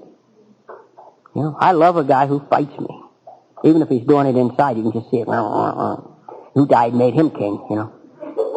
And I love that because they're taking a position, and that's what the third step's about. The third step's all about taking a position, because then I can change. But if I don't take a position, I'll never change. Okay? And then we go to the fourth step, and I just wanted to briefly mention, and we'll kick tomorrow off with the fourth step. I wanted to briefly mention that if anybody wants to do any work or wants to spend any time talking or anything, I'd be awful happy to sit down with you, okay? They gave me a nice room up there, and then they gave me an adjoining room with a table and a couple of chairs. So if anybody wants to sit down and talk or do some work, or you want to get started on a fourth step or this, I'd be awful happy to sit down and help you. And there are a number of ways to do the fourth step, and this is heresy, but I could not figure out how they did it in the big book. I couldn't figure it out. Now, next week I'll be down in Florida talking with Joe and Charlie. If I had met them, maybe I could have figured it out, but I couldn't figure it out. It made no sense to me. It just made no sense to me. Yeah? And here I am running around for 3 years in Alcoholics Anonymous, not doing a fourth step, because when I tried it, it made no sense to me. And I had a man who knew enough about me and knew enough about Alcoholics Anonymous, and a man who was sober longer than me, and agreed to be my sponsor. And he saw me unable to do this. And it wasn't because I didn't want to, I just didn't understand it. My mind just wouldn't work in those boxes, in those columns. So he took a yellow pad, and he wrote fear. And he skipped 2 pages. And he wrote anger, and in parentheses he put resentments. And he skipped 2 pages, and he wrote sex, and left the rest of the yellow pad. I was a guy who had run around looking for the right pencil, or the right pen. Because if I had the right pen and the right notebook, I'd write the fourth step. If I had the right pen, I had the wrong notebook. Right? And so finally he told me, he said, look, I'm going to let you on a secret. He said, now, don't share this with anybody. Just a few of us know this in Alcoholics Anonymous. He said, it's impossible to lie with a yellow pad and a number 2 pencil. He said, now don't spread that around. You know, so he gave me a yellow pad and 2 number 2 pencils. And he said, now, at night, sit down and ask God to direct your thinking. And he said, right. And he said, I want you to list the things you're afraid of. I said, I'm not afraid of anything. And he said, well, he said, it seems to me one time you told me you're afraid of dogs. I said, well, big dogs. I'm afraid of big dogs. So he said, all right, write down big dogs. So I wrote down big dogs. And I thought for a minute, I said, you know, Sandy, I'm not wild about little dogs. He said, well, write down little dogs. So I wrote little dogs. And then we began, and fear of heights, fear of failure, fear of success, on and on. And what I discovered when I listed my fears, what I discovered was I had a tremendous number of fears and conflict. And you think about it. I'm a guy who was afraid of being alone, and I was afraid of intimacy. Boy, that'll have you jumping in and out of relationships, won't it? It's no wonder my wife would say, who showed up? You know, who showed up? I mean, one day I couldn't live without her. The next day I was rejecting everything about her. You know, I was a guy who was afraid of success and afraid of failure. Think about that one. What I'd do is I'd find a job and I'd go like crazy and I'd become real successful. And then I'd blow it. Because, you know, you get successful, they're going to expect more out of you. You know how they are. And I began to understand. I mean, it began to dawn on me why I was insane. I mean, I had these constant fears, and I had them on both ends of the spectrum, and I lived in constant turmoil and constant conflict. You know, I was sober not very long, and Dan was still my sponsor, and Dan told me to, I came to grips with an old idea. Dan told me he said, I want to see you at the Foxhall group. He said, there are a couple men speaking that I want you to hear. And I said, I don't go to that group. And he said, why don't you go to that group? I said, they're a bunch of snobs. And he said, you ever been there? I said, no. So I heard they're a bunch of snobs. He said, well, you don't even know them, kids. He said, they're a bunch of alcoholics. He said, I want you to go. I said, I'm not going, Dan. I'm not going to do it. And he said, we had an agreement. If I did what he said, he wouldn't break my knee. You know, that was our agreement. He made it up. And he said to me, I want you to go. I said, I'm not going. He said, I'll break your knee. I said, I'm still not going. And he said, why aren't you going to go? I said, they don't even use styrofoam cups. I said, they have their own cups.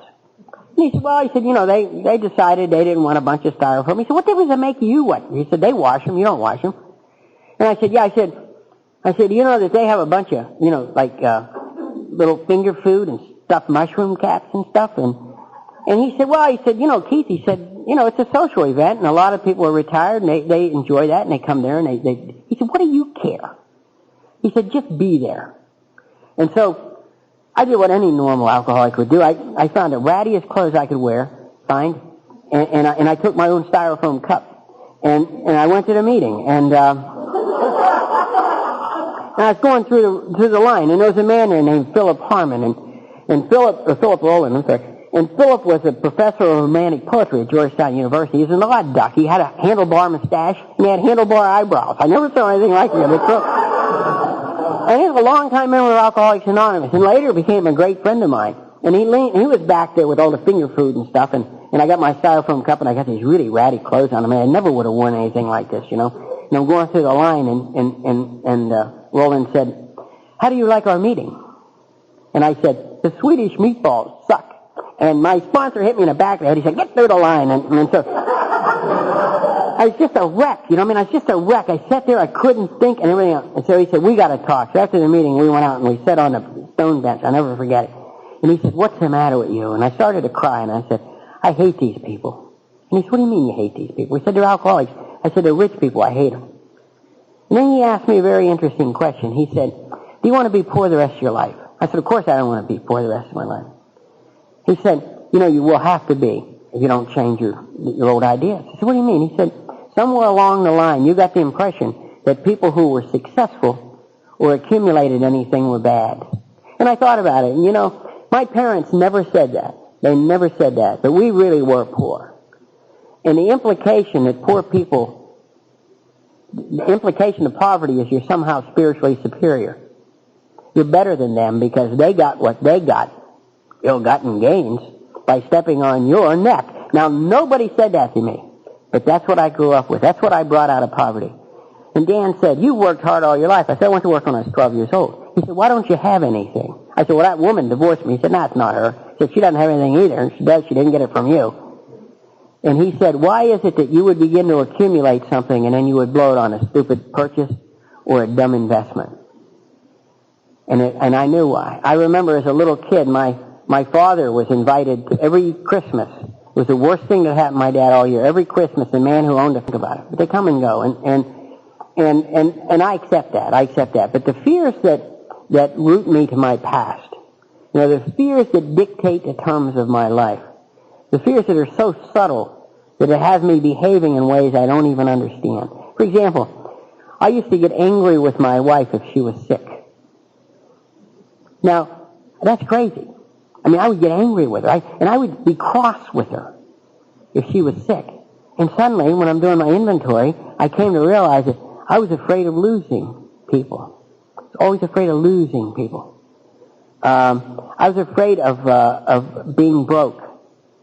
And I realized that, you know, my father used to say, we go to the poorhouse. We're going to go to the poorhouse. And I had no idea where it was, but I didn't want to go there. It's like the wayside. I mean, nobody wants to go to the wayside. I've never been to the wayside. But nobody wants to go there because everybody says, don't fall by the wayside, you know. And don't go to the poorhouse. I mean, there are certain places you just don't want to go. And I began to understand that fears drive me. Fears drive me. And then I listed the things at which I was angry. And I found out that the majority of the anger that I carry around, the majority of it, comes from the fact that I'm fearful. My reaction to fear is anger. And I found out that I would always end up with women that I didn't want to be with. Anybody know? I don't mean that they were bad women. Don't get me wrong. They were tough. You know what I mean? I mean, they were tough and they were competitive, you know. And they would like to beat you around the head and shoulders with hammer-like blows. I mean, you know, it was just always this constant, you know, conflict and head-banging and all this stuff. And I couldn't figure out why I always ended up. And in my inventory, I began to understand. I was so afraid of women that I would always come across as a very angry man. And the only women who could put up with me were the ones who liked angry men. And they weren't the ones I wanted to be with. And so I always ended up dating people I didn't want to be with. Well, once I began to understand that, and I could actually say to someone, you know, I may appear angry, what I really am is frightened. And I could then be around people I wanted to be around. And that's why I'm married to the woman. I'm married to the kindest, most gentle human being I've ever met in my life. My wife and I have known each other 15 years. We've been married over 10 years, and we've had 2 arguments. The second one happened, we were married a month, and we began to disagree, and I began to raise my voice. I mean, I don't raise it much, but and I stopped, and I said, I love you more than anybody in the world, and I'm going to raise my voice. There's something wrong here. And I remember the axiom in the 10-step, and it was a problem with me. And I said, there's a problem with me, I'm going to go call my sponsor. And she said, you know, there's a problem with me, too. I'm going to go call my Al-Anon sponsor. And we called our sponsors. And that's how we deal with our problems. We don't deal with our problems. We don't get together and talk it out. You know what getting together and talking it out means? You know what it means? It means I want another opportunity to change your mind. That's all it means, you know. But if I approach it that if I'm at unrest, or if I'm unhappy, or if I'm conflicted, then the problem's with me. It's not what you do. The problem's with me. And these are the things I began to learn as I listed the things that I was angry with. Okay? And then I spent time with sex. And I'll tell you, I don't understand sex. I mean, I understand a little bit about the mechanics, you know. But I was so messed up about what I believed, what I didn't believe, what I was guilty about, what I wasn't guilty about, all the rest of it. My sponsor said, you start at your earliest recollection, and you write everything you can think of. And I'll tell you, this sounds silly, but I remember when I was like 3 years old, my sister is 2 years older than me. You know, it's worse. You'd rather have the plague than an older sister. I'm telling you, older sisters are the meanest people in the world. They do stuff to you. It's awful. Just awful. Like, she used to say to my mother, Mother, I'll take Keith to the movies with us. And my mother would say, you're such a good girl. And I get all excited. You know, what a dummy. I get all excited. And then she'd take me down to the bus stop. And her girlfriends would come. And they'd say, what's the idiot doing? Is he going to come with us? And I had big ears stuck out. I looked like a taxi cab with the back doors open. I was a skinny kid. Big ears that stuck out. She'd say, no, he's going to flap his ears and fly down there. He'll meet us down there. And pretty soon I'd end up crying and running home. And my mother would say, what's the matter with you? You ungrateful little kid, as nice as your sister is. Older sisters are terrible. And she put a dress on me. She said, you're going to be a little girl today. And I was 3 years old. I did it. You know, I never forgot that. Here I'm 30 years old, and I know that secretly I'm probably a transvestite, and I just refuse to face it. Insane, isn't it? I mean, it's insane. But it's insane because it's in there. Once I wrote it down, I said, I haven't worn a dress in 27 years. I'm probably not a transvestite, you know. I don't even want to wear a dress, you know. I'm probably all right. But I mean, it sounds crazy, but in there, it holds great power. So I wrote down everything that I could think of. Now, I'm going to talk more about the fourth step tomorrow. But the reason I wanted to get into it a little bit tonight is if there's anybody here who wants to start an inventory process, and if you're really having a hard time understanding how this works, that's how my sponsor had me start it. Okay? Now, I've taken a number of them. Okay? And I have taken them the way the book says, once I finally got my head around what it meant. But he had me do this, and then he had me answer the questions in a 12 and 12. How and in what way did my selfish pursuit of sex damage others? Who was hurt? He said, write down the questions and write down the answers. And that's the way I did it.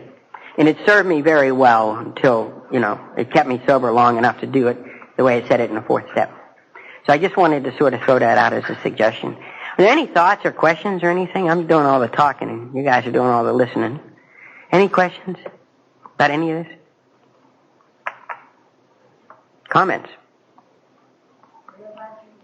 Pardon? I'm real glad you're here. I'm delighted to be here. I really am. Thank you very much. I am really pleased to be here. It's a very special place, isn't it?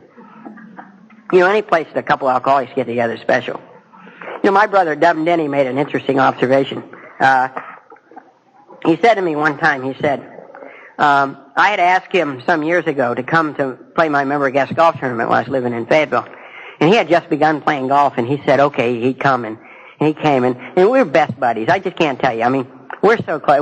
Because of the ninth step, and I'll share that with you tomorrow. Because of the ninth step, we're the way we were when we were kids. He played shortstop, and I played second base, and we turned double plays, and we were best buddies, and we confided. I like her, and I like her, and all that stuff. It was wonderful. And then because of my self-centeredness and my self-absorption, I lost that.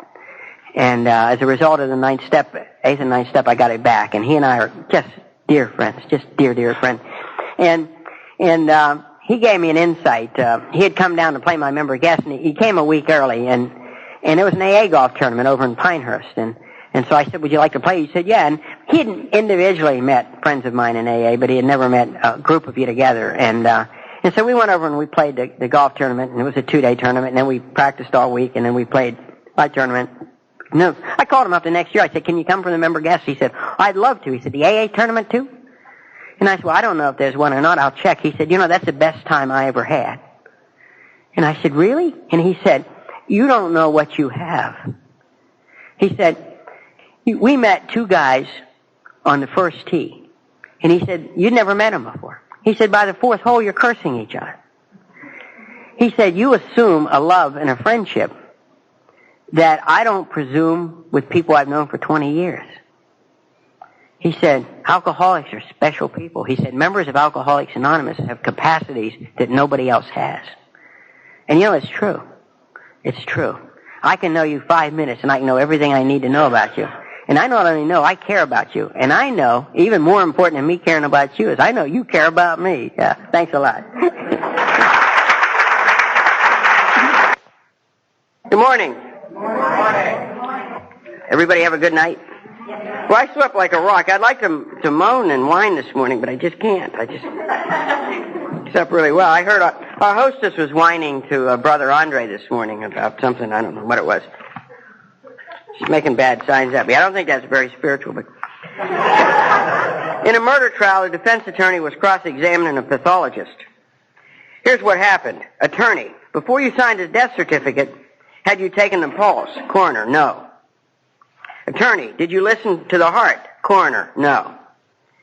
Attorney, did you check for breathing? Coroner, no. Attorney, so when you signed his death certificate, you weren't sure the man was dead, were you? Coroner, well, let me put it this way. The man's brain was sitting in a jar on my desk, but I guess it's possible he could have been out there practicing law somewhere.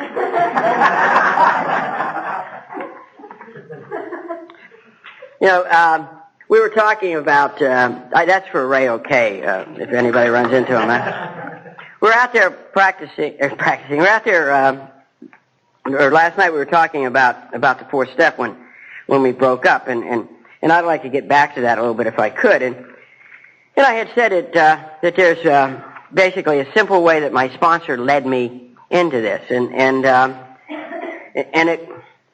it concerns me that people get so dogmatic that everything has to be done a certain way. And We actually have a member of my group who doesn't like to read the 12 and 12 because I don't know whether it's heretical or what it is. And you know, it's easy for us to forget that what we do here is share our experience, strength, and hope. The man who took me through the steps loved the 12 steps and 12 traditions. So basically, that's what we always refer to as the 12 and 12. I read the big book. I read it every day. I mean, so, again, I don't want to sound like Martin Luther nailing up a bunch of theses or something like that, but I just think there's a lot of ways to approach this deal, and I always ultimately go back to doing it the way the big book says. I just want to make sure I cover all my bases. But Sandy had me do the thing I talked about with the fear and the anger and my sex life, and then he had me answer the questions, write down the questions, and answer the questions in the 5th chapter, step 4 of the 12 and 12. And it begins on page 50, and it says, when and how and in just what instance did my selfish pursuit of the sex relation damage other people and me? What people were hurt and how badly? And of course, did I spoil my marriage and injure my children? Did I jeopardize my standing in a community? Just how did I react to these situations at the time? Did I burn with the guilt that nothing could extinguish? Or did I insist that I was the pursued and not the pursuer, and thus absolve myself? How have I reacted to frustration in sexual matters? And it goes on and on. Then it goes on and talks about our financial situations and that sort of thing. And I found that to be particularly useful. And whenever I am working with a guy who's having a very hard time, even if I get him the outline out of the big book and he's having a very hard time, I usually have him do this. And I particularly have him, if people are emotionally very upset and sort of strung out, I have them do it this way, and then with the idea always of going back and doing it again. The other thing my sponsor had me do, which I found to be very, very useful, he had me do some work with the 7 deadly sins, and they talk about them in the 12 and 12. And what he had me do is he gave me a little pocket notebook, and I buy them now by the gross and give them to guys that I work with. And he instructed me to take one deadly sin at a time. And, of course, in the book it says pride heads the list. So I wrote down pride. And he said, now find a definition of pride that makes sense to you. So I began looking in dictionaries and talking to people and all kinds of things. And I put together a definition of pride that made sense to me. And he said, now I want you to, during the course of the day, as things occur, I want you to look at how pride enters into your life. He said, it's critical to see how the 7 deadly sins or character defects enter into our lives on a daily basis. And it's amazing what pride will do. I find myself being irritated if the stoplight stops me. And it lets the guy ahead of me go, and then stops me. It's like there's a little man waiting. Here he comes. Boom, we'll get him. Oh, look at him. He's mad. Yeah, we'll get him. Phone the next stoplight. They'll get him too. Now, it has nothing to do with the fact that I burn rubber away from the previous stoplight and I'm going 70 miles an hour in a 35. It's got nothing to do with that. It's got to do with the fact that they're waiting for me. I always get in the wrong line at the bank. I don't know if anybody else does this. And then I stand in that line and I'm watching the other line move faster. And I always get in a line with somebody who's hiding one of those bags full of change, that sort of thing. And I think I ought to be treated differently than that. During the course of the day, I'd stop whenever this would happen. Impatience is one of the signals for me of pride. Whenever it would happen, I'd stop. How do I want to be treated differently? And I'd jot it down. And by the end of the day, it's amazing how pride enters into our life. This whole concept of poor self-image. In Alcoholics Anonymous, you hear a lot about poor self-image. And you hear a lot about the need to be affirmed. I don't mean to be politically incorrect, but I have a friend, I said to him, how's it going up in Washington? And he said, all the guys are suffering from pride. He said, all the women are suffering from poor self-image. So, that's a popular one. But this whole business of poor self-image is an amazing phenomenon. And this need to be affirmed. My wife, when I was drinking, my wife was going to a psychologist, which I was sure explained why I was drinking. And, because she had emotional problems. And he asked to see me. And I thought, here we go. She's told him all these stories, exaggerated stories about my drinking and my behavior and stuff. But I really loved her. I really wanted it to work, and I really wanted what was best for her as much as I could. So I went to see this psychologist. So he talked to me, and she was sitting there, and he asked me some questions, and then finally he asked me the biggie. He said, "Your wife says you drink a lot." I said, "That's true, I drink a lot." And he said, "How much do you drink?" And I said, "About a half a fifth a day." Now, it was really about a fifth a day, but I never counted it if I didn't have to pay for it. It's like my liver was saying, "Here comes a free one. Don't pay any attention to it." And we have these ways of keeping count. And so he thought, he nodded his head, and he said, and I asked him that question that just fearful. It just dragged it out of myself. And I said, "Do you think I'm an alcoholic?" Because my wife had some very strong opinions on this, And he said, "No, certainly not." He said, "You're too young," and he said, "You're too intelligent." And he said, "But if you keep drinking like that, you will be an alcoholic." And I said, "Well, when?" I thought it was important. I wanted to quit in time, you know what I mean? You didn't want to, drink to be an alcoholic. You have to be crazy to do that. And he got a little put out with me. He said, "I don't know." He said, "A couple years." So right away I formed this plan. I'm going to quit in a year and a half, and I'll be all right. And if you're new and you're thinking like that, you're already there. I hate to tell you this. But then he went on to say, he said, "Your problem is that you have a very bad self-image." And then he turned to my wife and he said, "And part of the problem is yours." And I'm thinking, I don't know what we're paying this guy, but he's worth every dime. And and then he went on to explain that I needed to be affirmed. And he'd actually done his doctoral thesis on affirmations. And so, we were talking about computers and things. Well, this is when they had that electronic typewriter. Remember, IBM made that. You could make the different size fonts and things like that. And he took my own personal history, and he gave me my own personal affirmations. There were 2 full pages and it says Keith's affirmations. I still have them someplace. And so he told me, he said, "Now every morning I want you to get up and I want you to go to the mirror first thing, and I want you to tell yourself these things." And he said to my wife, he said, "And I want you to stand with him if you can, because if you're there while he's affirming himself, it'll be further affirmation for him." And I'm thinking, and maybe we'll undo some of the damage she's done to me. And so I was you can understand, I was just delighted to find out I wasn't an alcoholic, so I got very drunk that night. And evidently I said some of those things I want to say when I was drunk. And the next morning I was affirming myself all alone, you can bet on that. And I never forget, I stood in front of that mirror, and I looked at those yellow bloodshot eyes and I had my list of Keith's affirmations, and the very first one was, "Keith, today you're a winner." "Today you're a wonderful husband, no matter what she thinks, and today you're a loving father and a good researcher," and on and on. I got about halfway through that list, and I said, "Today you're full of crap. That's what you are." I may have been an alcoholic, but I wasn't insane. I knew this wasn't true. And the reason I like to think about that story, and I like to tell that story, is because that's the way I treated what was wrong with me my whole life. I tried to pile good things, good acts, affirmations, pats on the back, job well done, attaboys. I tried to pile all those on this rotten structure that was my life. And of course, what Alcoholics Anonymous tells me is that I have to go in and I have to tear out the structure and have to start all over.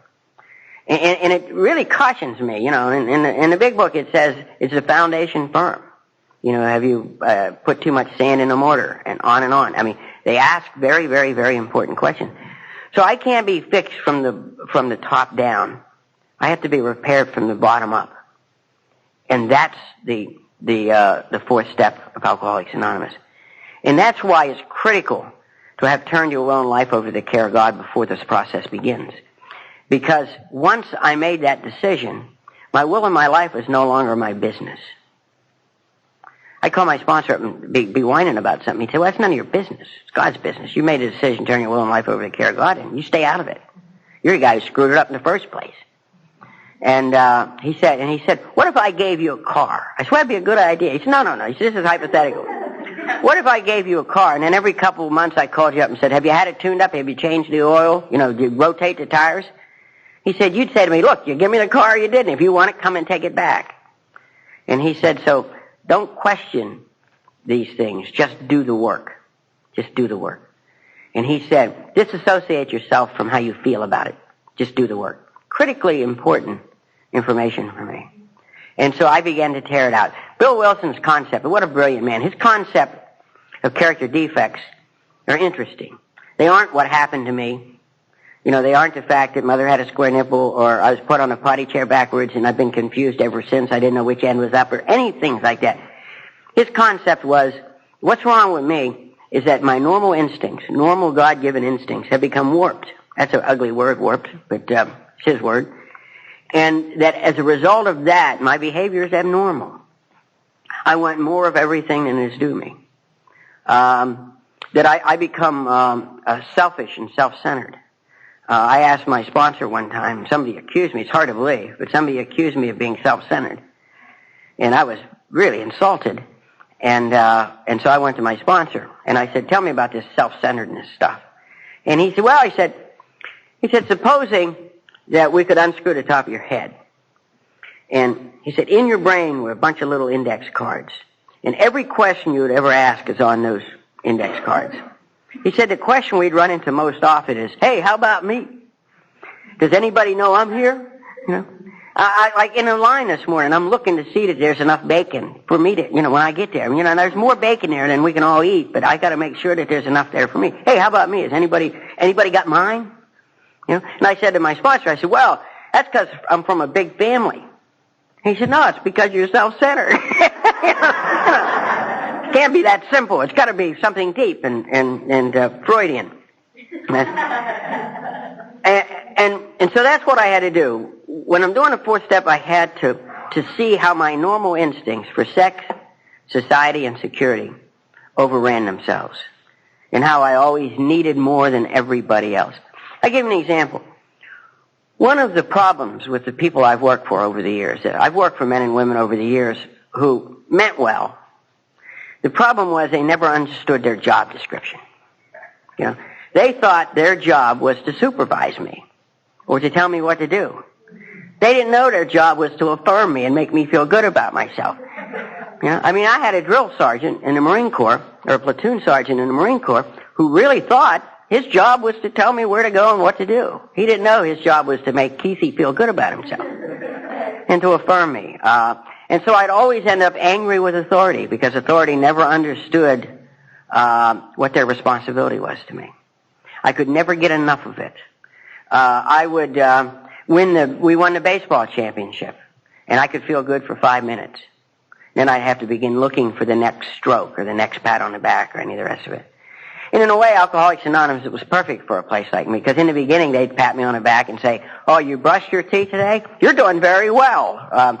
You didn't drink today? We're really proud of you. And on and on. And then, of course, that wears off, and they start expecting you to do things like, grow up.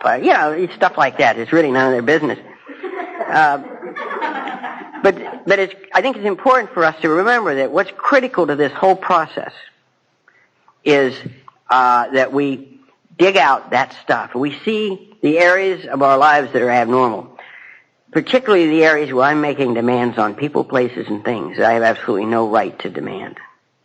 And, of course, the solution for this stuff is to, one, recognize it, and then we have 6 and 7, which is we share it with God, ourselves, and another human being. Then we go to 6 and 7, which is the place that we begin to unload and to dump some of these things, okay? And we let God take them out of our lives. So that's basically the fourth step. Now, again, I've done it a variety of ways. They've all worked. How do I know they've worked? I'm sober. Okay, I'm sober. I'm sober a long time. One of the things I bump into also is I was talking to a guy Thursday, a guy I sponsor, and he said to me, I think I need to go back, and he's had a traumatic time, been through some difficult times, and he said, of his own making, of course. Those are the best kind, because it means at least we start out enjoying it.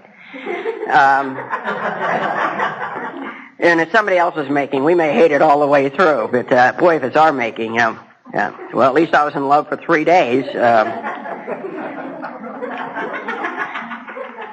And so he said, I think I better go back and start at step 1. And I said, you don't need to go back and start at step 1. I said, you know you're an alcoholic. You know you're powerless over. You know your life's unmanaged. You've done all that stuff. I said, who's the next person on your 8th step list? Well, that's where the problem is, isn't it? It's always easy to go back and do it again. I remember I was sober about 12 or 13 years when I sponsored to be my sponsor. And I'd been through a couple years of extreme self-centeredness and how about me? And so I said to him, well, where would you like me to begin, Tom, with an inventory? He said, no, he said, I never like guys who want to do inventories. He said, that means that either you don't need it or you're too good at it. He said, what I want you to do is go find a new guy. And of course, that's what I needed to do. I was self-absorbed and self-centered again. So I was saying, hey, how about me? My friend Mike Way always says, enough about me. What do you think of my tie? And that's the way I was living my life. And of course, what I wanted to do was become more self-centered by looking at me again and figuring out what's wrong with me. And of course, what was wrong with me was I was thinking about me. And what I needed to do was think about a new guy. So I went to a meeting that night, and a new guy wandered in, looking around, And I said to him, I said, is this your first meeting? He said, yes, it is. I said, my name's Keith. I said, let me explain how we do things here. I said, here, we assign ourselves as sponsors, so I'm your sponsor. And it was 3 months where he realized I couldn't do that, and by then it was too late. He was used to me. But I immediately went out and found somebody. I mean, that's what you do. And so I'm saying this because it is important to do this work, but I see people get stuck in this because somehow they believe that this makes them feel better. Stirring this up and living here all the time makes me feel better. Living here all the time is narcissistic. If I had a warehouse full of goods, and they always use that example, and if I go into inventory the warehouse, okay, and then I write down everything that's there, and I go back the next day and do it again, and go back the next day and do it again, somebody might say to me, don't you think you should be doing something else? You know what's there. Maybe you ought to be doing something else with your life. And again, I love treatment centers. My life was saved in a treatment center. But I came out of that treatment center with a concept that getting sober was a matter of inventorying and sharing my feelings and sharing this and sharing that. Now, that's important. But all that does is get us well enough to live life. And I always worry about people who live there. Okay? Now, I do the spot check daily inventory, and when we get to the 10th step, we'll talk about that. I do my 10-step inventory. I mean, I do that. I look at my life. I don't let my life run unobserved. I believe Socrates was right when he said that the unexamined life isn't worth living. But I don't think that Socrates meant we walk around staring at our navels all day and asking ourselves that profound question, how does that make me feel?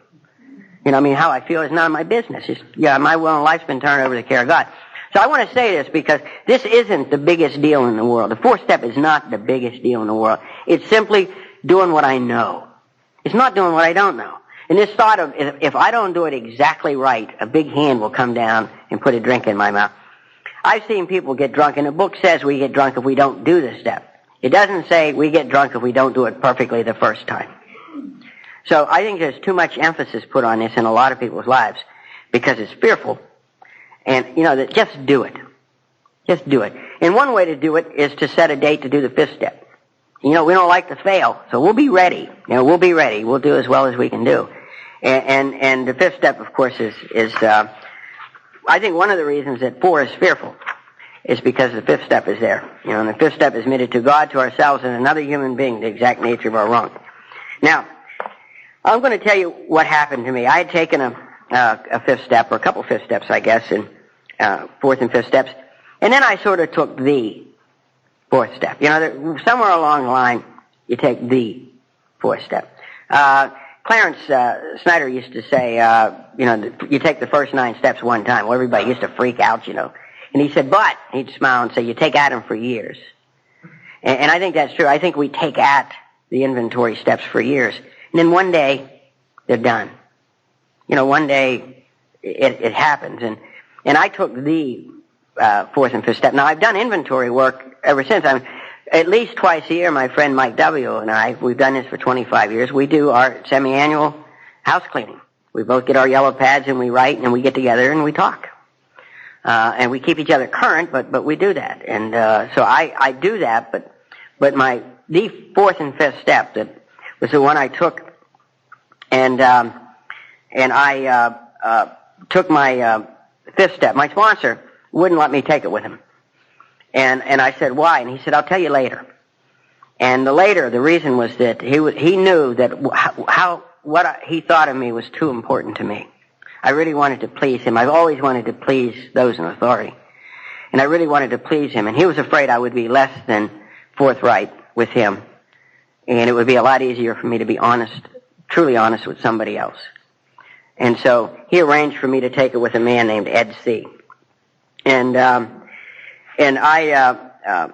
went, and Ed gave me specific instructions. And I'm really glad he told me to do this. He said, I want you to do precisely what the step says. And I said, yeah, I'm going to share with you, God, and another human being. He said, no. He said, I want you to do exactly what the step says. Admit it to God. He said, is there any place that you experience God? And I said, well, yeah, there is. There is. He said, I want you to go there and take your fifth step with God.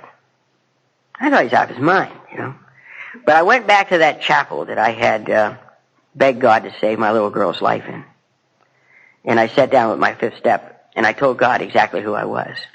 And it was an amazing experience for me, because I left there knowing that God loved me. And the fear I had about God and everything was largely gone. Then I went home, because he told me, now when I went to see God, I put on a 3-piece suit. You know, I hadn't been there in a while. And I reminded him I was the one who would serve 5:45 Mass when it was snowing and nobody else wanted to do it. I mean, you gotta grease the skids a little bit. But then I said to God, I said, Father, as far as I know, this is who I am. And I read him my fourth step. And then I went home, and I sat in front of a mirror, you know, the full-length mirror, the kind you practice your golf swing in front of. My wife thinks it's for other things, but she doesn't know it's to practice your golf swing. And I told myself exactly who I was. An amazing thing happened to me. I always thought I was afraid of other people. It turns out I'm not. I was afraid of God and of me knowing the whole truth. And then I went to find Ed, and it wasn't a problem at all. And I told Ed everything. Told him everything. And he listened, and he was one of those guys who does it so well. He's heard thousands of fifth steps, and he just knows the questions to ask and the things to say to put you at ease and that sort of thing. And it was very, very easy. And as a matter of fact, he was down at the ocean, down in Ocean City, Maryland, and I chased him down there and made him hear it that night. I was ready. I wanted to get this thing over with. I wanted to get on with my life. You know, I'd lived in that prison too long, and he was kind enough to sit up to about 2 a.m. to hear this thing. And I found out later that he had chased some woman down there, so he was really sacrificing for me. But then he sent me out on the boardwalk at 2 o'clock in the morning with a big book to look at, to make those considerations to step 6 and pray that 7-step prayer. I'd like to, if I could, I'd like to say something about hearing fifth steps. I think that truly the most humbling act that I, as a recovering alcoholic, ever gets to do is to hear someone's fifth step. That a human being would allow me there still overwhelms me. And I hear a lot of them in prisons and everywhere. We have a room in our house. We made it a little chapel, and I hear fifth steps in there. But the fact that a human being would honor me with that just amazes me. And I always come away just overwhelmed. Just absolutely overwhelmed with the grace involved in being invited into a place that maybe no other human being had ever been invited before. And it's funny, I don't remember what people tell me. It's the strangest thing. I just don't remember what people tell me. It's like it passes, you know, in my ear and out the other ear or something like that. And because it's not important that I know. What's important is that I listen. I always usually tell guys after I hear their fifth steps that tell them a story. When I was blessed with a scholarship, I was sober. I think that's worth talking about pushing God's will. But I was sober 4 months, and I had this thing. I had to finish my education. I don't know where it came from, but it became an obsession with me. Now, when I was drunk, I wasn't real worried about it.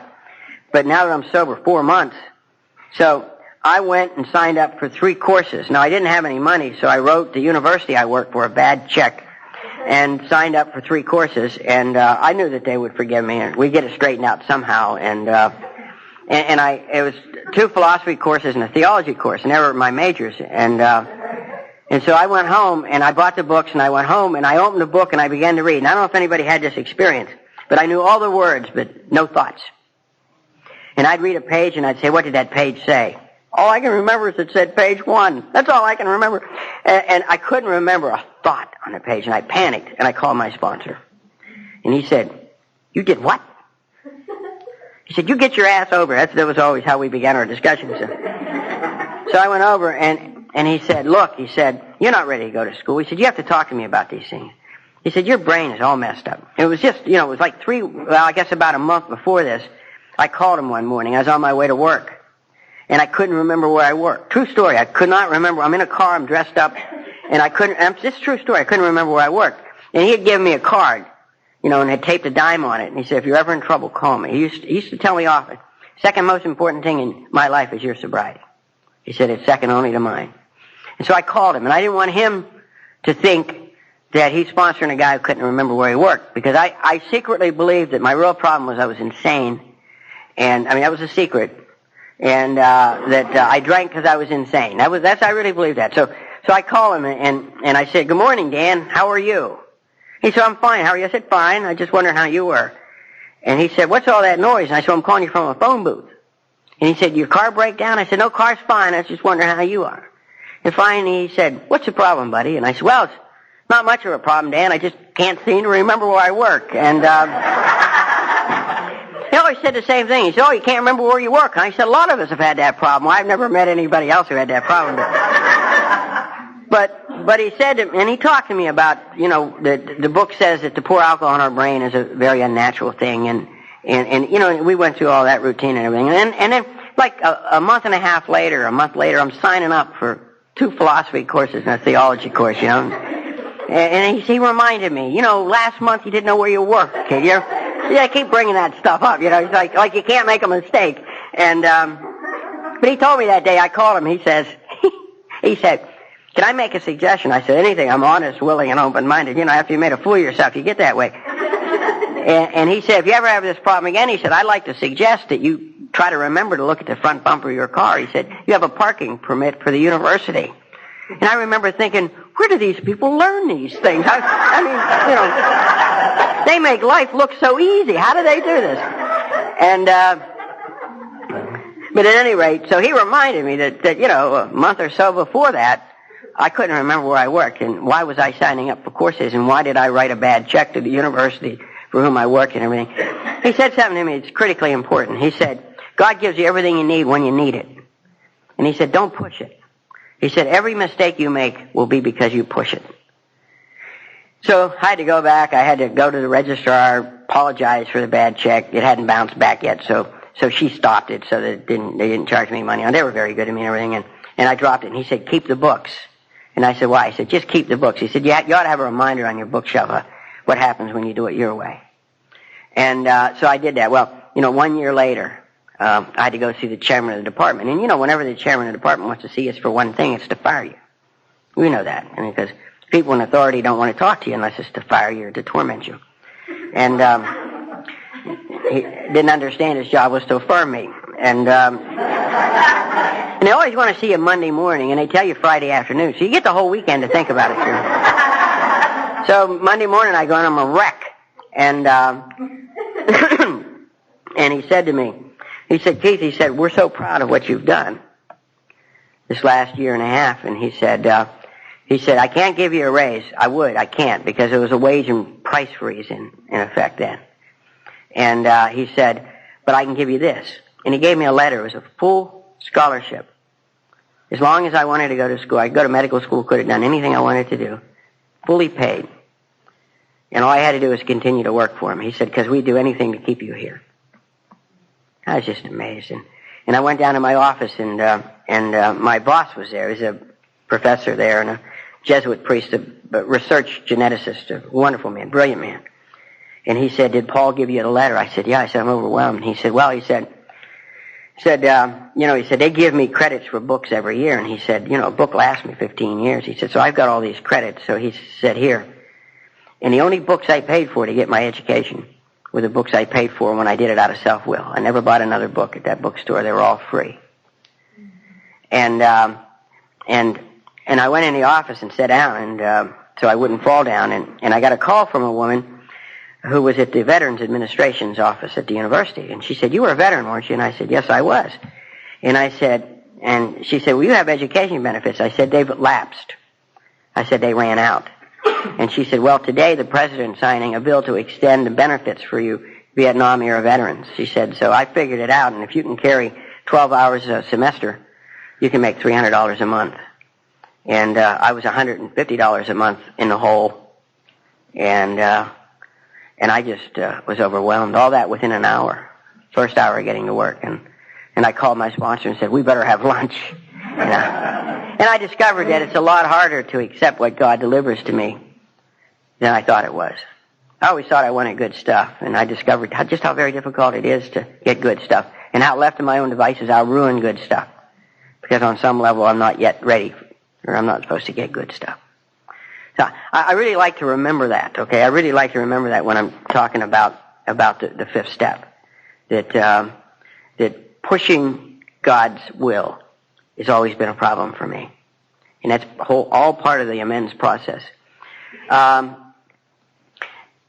One of the things I learned, and when I went back and took a degree in philosophy and theology, and one of the things I learned, there's a theologian at the university who had written a book, and it was on the 7 sacraments, and her name is Monica Helwig, and she talked about the sacrament that Ed Dowling, Father Ed, referred to as related to the fifth step of Alcoholics Anonymous, this business of where we tell another human being, God and another human being.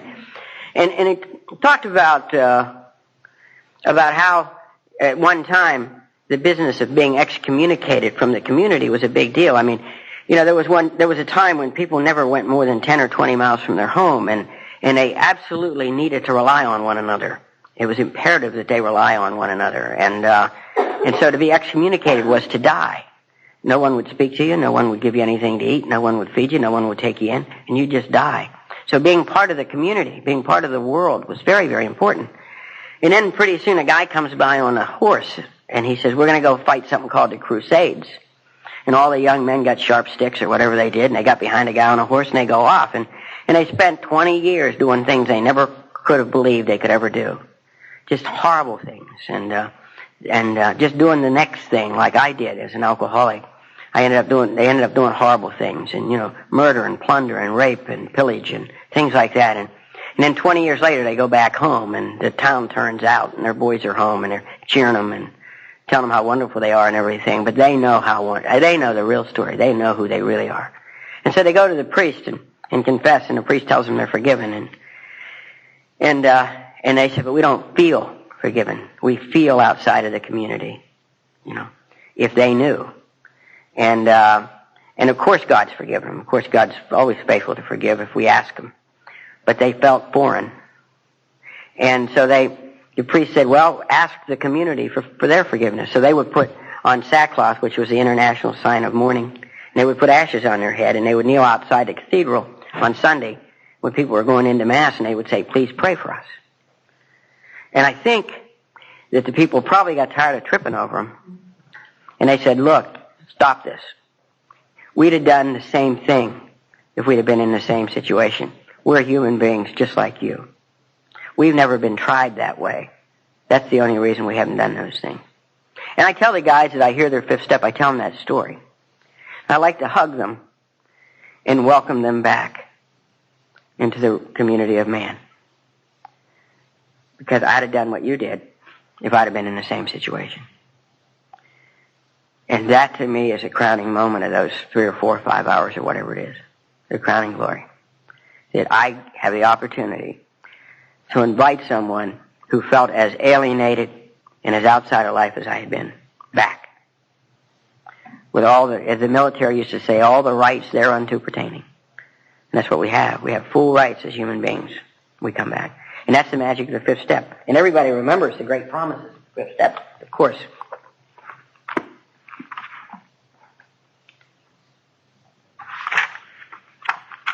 On page 75, it talks about the fifth step. And I think this is, you always hear people read the promises, the eighth or the ninth step promises, the ones on page 83 and 84 at meetings. I really wonder about it. I mean, I think it's fine. I love those. I mean, if you got my original big book and you dropped it, it opened to page 83 and 84. And it has smudge prints on there because I come running home from work or wherever I was, and I'd be trembling, and I'd say, let me, how's it going to be? Let me see. We're going to know a new freedom and a new happiness. So believe me, I really like those. But the implication, or at least what a lot of newcomers come away believing, is this is what happens if you go to meetings. And what happens if you go to meetings? What happens if you go to meetings is we use more coffee. Okay? This is a result of doing the steps. The promises are a result of doing the work, not going to meetings. I went to a meeting this past week. It was a lunchtime meeting over in Wrightsville Beach, nice group, kitchen group. And the topic was, do I go to enough meetings? Now, I'm not a guy who's against meetings. First 2 years I was sober, I went to 500 meetings a year. I went to them in other countries. I went to them in languages I didn't even speak, which seemed appropriate because I drank in bars where they spoke languages I didn't speak. But I mean, so I'd always gone to a lot of meetings. But meetings aren't the cure-all.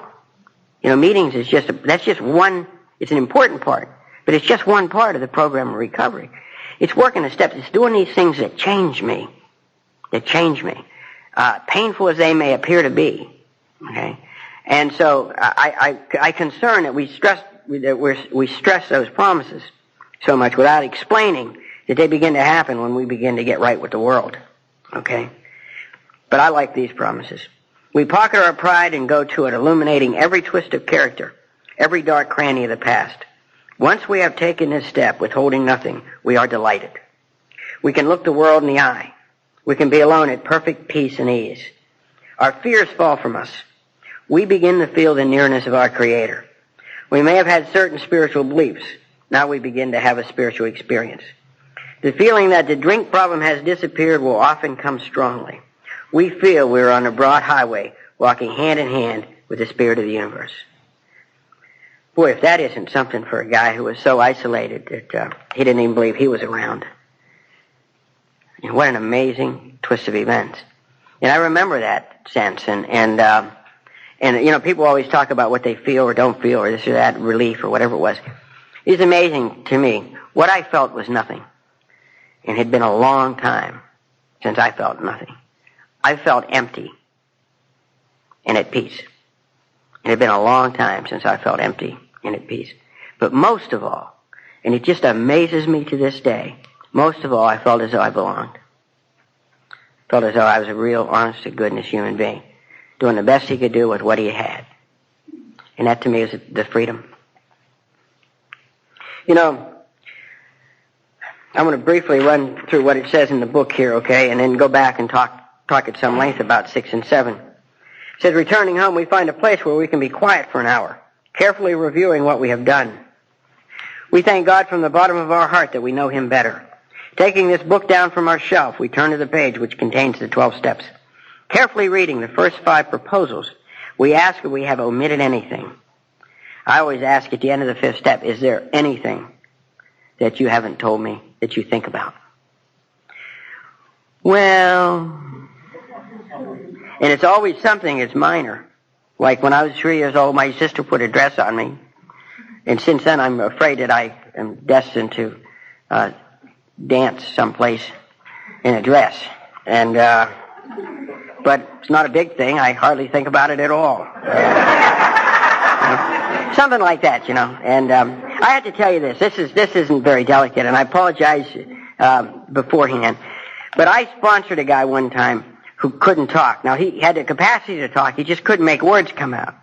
And he would, and his eyes would bulge, and he looked like a fish is what he looked like. And so if the phone rang and nobody said anything and there was no heavy breathing, I assumed it was him. So I just talked to him, and then I put the phone down, do something, go back, talk some more. And And finally I'd say, well, I got to run now, Bobby. Goodbye. And he'd say, bah. That would be it. That would be our conversation. And so he finally began to be able to talk to me a little bit. And he said to me, would you hear my fifth step? And I thought, oh my God, I'm going to have to take a week's vacation. So I invited him. I live up in Maryland. I invited him over to my house, So I figured I'm going to put him at ease. Now here's a very serious, very anxious, nervous guy. And I figured, man, I got to put this guy at ease, So I said, Bobby, a lot of times it's useful to go to the sex stuff first because that's what we're often most ashamed of. And I said, so why don't we do that first and then we'll go back to the other. And I find the sex stuff that we're most ashamed is probably the least important.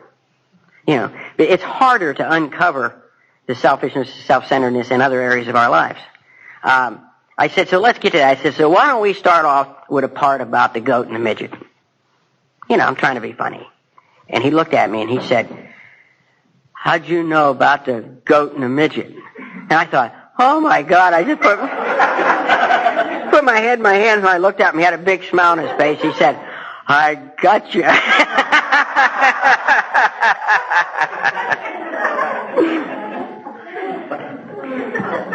Carefully reading the first 5 proposals, we ask if we have omitted anything, for we are building an arch through which we shall walk a free man at last. Is our work solid so far? Are the stones properly in place? Have we skimped on the cement put into the foundation? Have we tried to make mortar without sand? Okay? Questions we ask ourselves. Again, this isn't perfection. I work with guys who are hard on themselves because they can't remember what they can't remember. I said, think about that. I said, I just want to know what you can remember. I said, if we want to know what you can't remember, we'll go to Madam Mitchell down the street and have her look into a crystal ball and she can tell you what you can't remember. You're only responsible for what you can remember. And when those memory bubbles come, remember those? Oh, I'd be walking down the street and mind my own business, and I'd remember it. I go, oh, how could I have done that? What was I thinking? I was thinking about the next drink. That's what I was thinking. And so I'd call my sponsor, called Ed, and say, yes, I just remembered one. And he'd say, well, good, I like to hear it. I like yours. But often you'll be sitting in a meeting and somebody will tell an experience and remember it just pops there, And said if we can answer to our satisfaction, we look at step 6. We have emphasized willingness as being indispensable. We are now ready to let God remove from us all the things which have been we have admitted are objectionable. Can we now take them all, every one? If we still cling to something we will not let go, we ask God to help us be willing. Now, one of the reasons I like the 12 and 12, in addition to the big book, is that Bill had a longer, and other people in the fellowship had a longer view of this process. My sponsor used to say that, Bill was sober 15 years when he wrote the 12 and 12. People say he wrote it alone. I had lunch. I started a little thing in Wilmington, and we call it Old Gas Excretion Group. And the old parts is what we call it. And we meet for dinner once a month, and we do it because I love being around the old timers. And Lib S moved to Wilmington and lives with us, and Lib just celebrated 54 years. And Lib worked in New York when Bill was writing this, and she said that he never did anything alone. She said he would write a page, and he would come in, and they'd all have to sit around the office, and they would discuss it, and he'd make notes, and they'd say, yeah, that's right, or that's wrong, or we don't agree, or we do agree, and this and that. So he didn't write it alone. He wrote it in collaboration with other alcoholics. But Sandy used to say to me, he was sober 15 years. If he didn't learn anything in 12 years, then he was wasting his time. And so what they are additional insights into the process, and that's one of the reasons I really like the 12 and 12, because he had additional insights into the process. In a big book, it's pretty cut and dry. You take the book down from the shelf, you go away for an hour, you look at the proposals, and all this stuff. The 12 and 12, he said, this is a step that separates the men from the boys. I mean, you could just hear the desperation. And I think that what the 6th step effectively does is it really does begin this process of separating the men from the boys, the girls from the women, Okay, it really does, because it shows us how difficult it is to change. I love one thing that Father Joe M. talks about is he said, if you think change is easy, he said, if you're used to carrying your wallet in your left pocket, try carrying it in your right pocket. You'll invariably put it in your left pocket and then go, oh, that's right, and move it to your right pocket. I love one thing that Father Joe M. talks about is he said, if you think change is easy, he said, if you're used to carrying your wallet in your left pocket, try carrying it in your right pocket. You'll invariably put it in your left pocket and then go, oh, that's right, and move it to your right pocket. And that's what I do with character defects. Oh, that's right, I'm not supposed to do that. I better put it back, I was a guy who took staplers. I never got paid what I was worth. I don't know if anybody else is it. I had talents that the people I worked for never understood. They never saw. It amazed me. I told them about them. But even after I brought it to their attention, they didn't see it.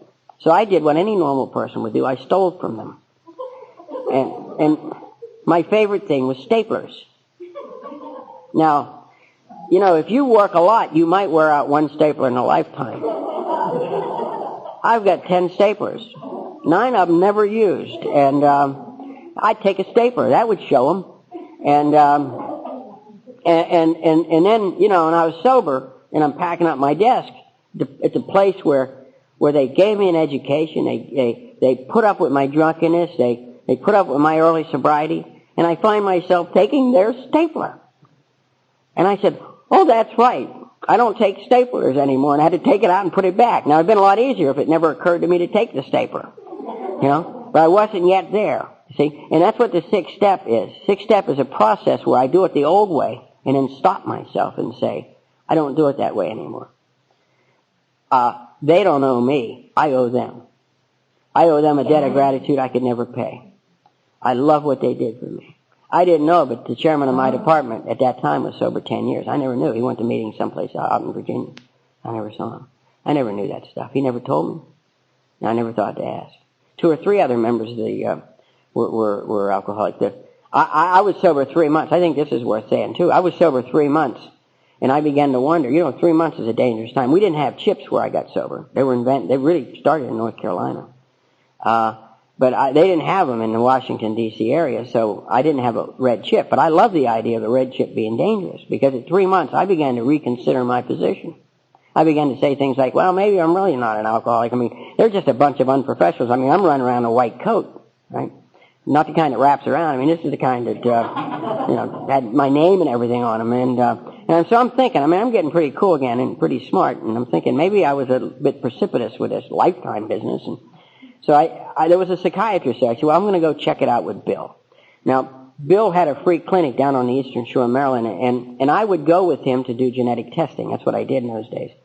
And we'd talk on the way down and back and stuff, and he'd always thank me for my time, and he was a real nice guy, and I knew that he would see me and probably wouldn't charge me. That was real important too. And so I stopped by to see Bill, and I told Bill, I said, you got a few minutes, I need to talk to you. He said, of course, come in. So I sat down, and I told him, I said, 3 months ago, I said, I went into treatment for alcoholism, and I went on telling him. He said, well, what about AA? I said, well, I go 10 times a week. He said, well, that's good. That's really good. And I said, do you think I'm doing the right thing? And he said, well, do you want to kill yourself? And I said, no. And he said, are you able to get to work? I said, yeah. He said, you couldn't do that before? I said, no, I couldn't. So he went on. He began to point out some subtle changes that had taken place in my life. And then I said to him, do you think that I ought to keep doing this? And he said, well, it seems to be working better than what you were doing before. And I couldn't argue that, so he confirmed it, and I left. Did you know the man I chose to go see was a non-alcoholic member of the board of Alcoholics Anonymous? Now, does God take care of me, or does God take care of me? I sober 7 or 8 years, and I'm down in New Orleans, and there he is.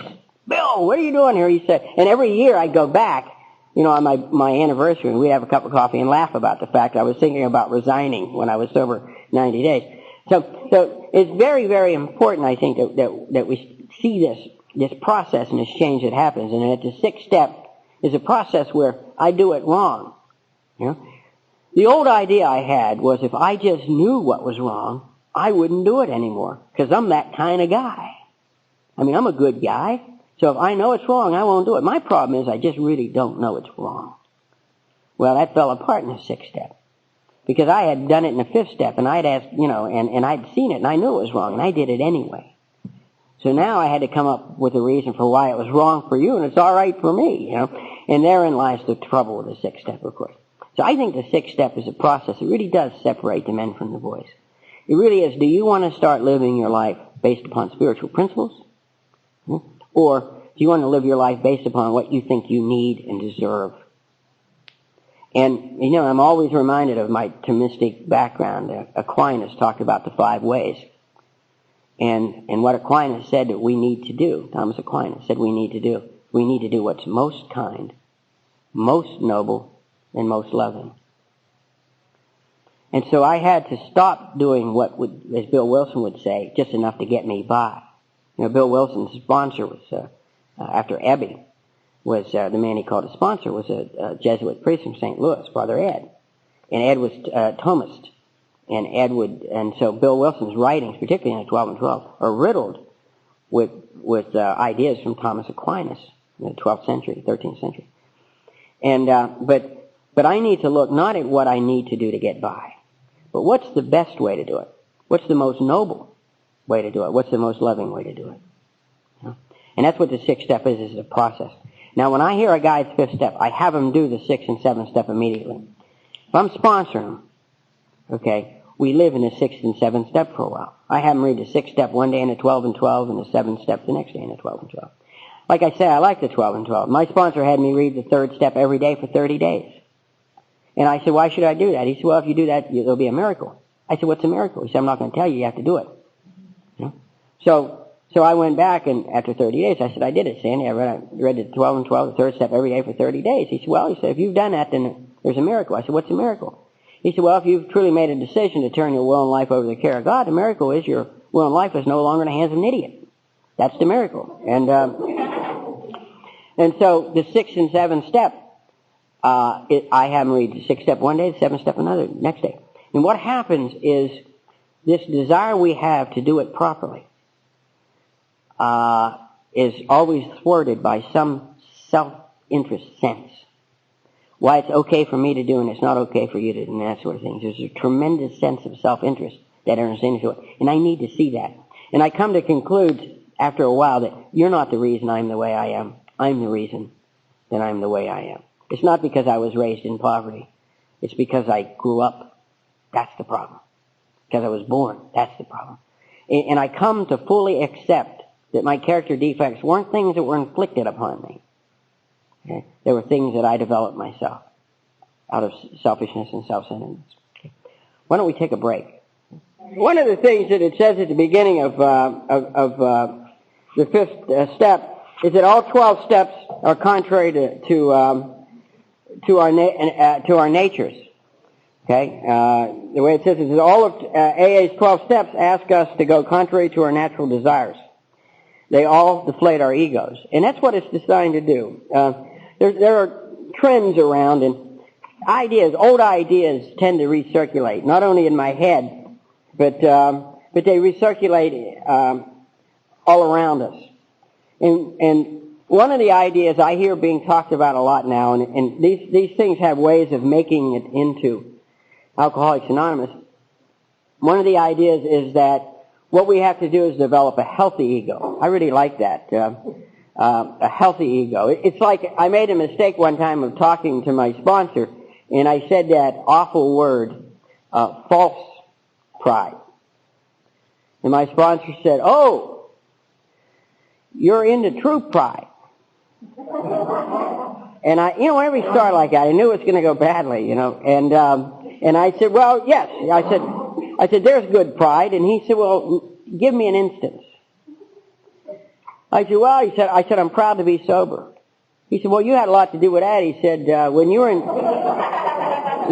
charge, you were crapping your pants in public. I said, well, yeah. I said, so what I guess I am is I'm grateful to be sober. He said, yeah, that's probably it. And I said, well, you can't give up with your sponsor. I mean, you can't lay down and, they'll run all over you. So I said to him, well, I'm proud of how my children are turning out. He said, well, that's something. He said, you weren't even allowed to see them. And they're turning out well. He said, it probably has a lot to do with the fact that your wife's a good mother. Your ex-wife's a good mother. And I said, well, okay, I'm grateful they're turning out well. But you can't give up. I mean, you just can't. And the minute it was out of my mouth, I knew it was a mistake.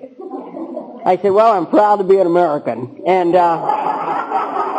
he said, oh my God. He said, you had less to do with that than anything. He said, hadn't it been a potato famine, you wouldn't even be an American. So, I think what he says is true. So what I am is grateful. But this thought really is that what we need to do is that we have to get a healthy ego. Now, that may be fine for a non-alcoholic. I mean, they can play around with that stuff. You know, it's like a guy without the shakes can probably play with nitroglycerin. But if you got the shakes, we wouldn't recommend it, okay? And this whole business, and Harry Tebow is a friend of the fellowship, and you know, Bill Wilson often referred to Harry Tebow when he talked about our friends in psychiatry. And Harry Tebow wrote some things, and one of the things he wrote was something called The Ego Factors and the Surrender to Alcoholism. And it's a classic piece of work. If you are interested in this area, it's well worth reading.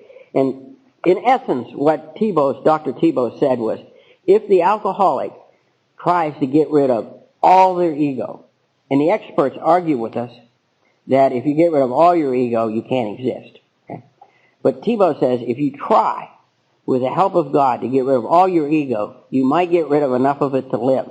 Okay? So it's not a problem for us ever having too little ego. Okay? That's probably not going to happen. You know, so don't worry too much about it. The other thing I like to talk about is how this process happens to us. I'm going to just step aside from the steps just for a minute, just to talk about how this whole process of getting well works for us. You know, it's not a linear phenomenon. You ever have those days when you say to yourself, I haven't changed a bit. This isn't working for me, you know? And of course, that's not based on anything other than how we feel at the time. I used to call my ex-wife up to get her to affirm me, so we'd talk for a little while, and we'd always get into an argument because I'd ask her who she was seeing, and she'd ask me who I'm seeing, and whoever would ask it, the other had to pay an answer. That's none of your business. That hasn't been your business since you left me, or that hasn't been your business since you threw me out. And so she'd say, you haven't changed a bit. I hang up the phone and go, oh no, you know. So I called my sponsor one time. I was talking to my ex-wife, and she said I haven't changed a bit. And he said, let me make a suggestion to you. He said, if you want to know how you're doing, he said, call me. Don't call your ex-wife or her lawyer. He said, this is hard for you to believe, but they're not in this for you, Keith. Yeah.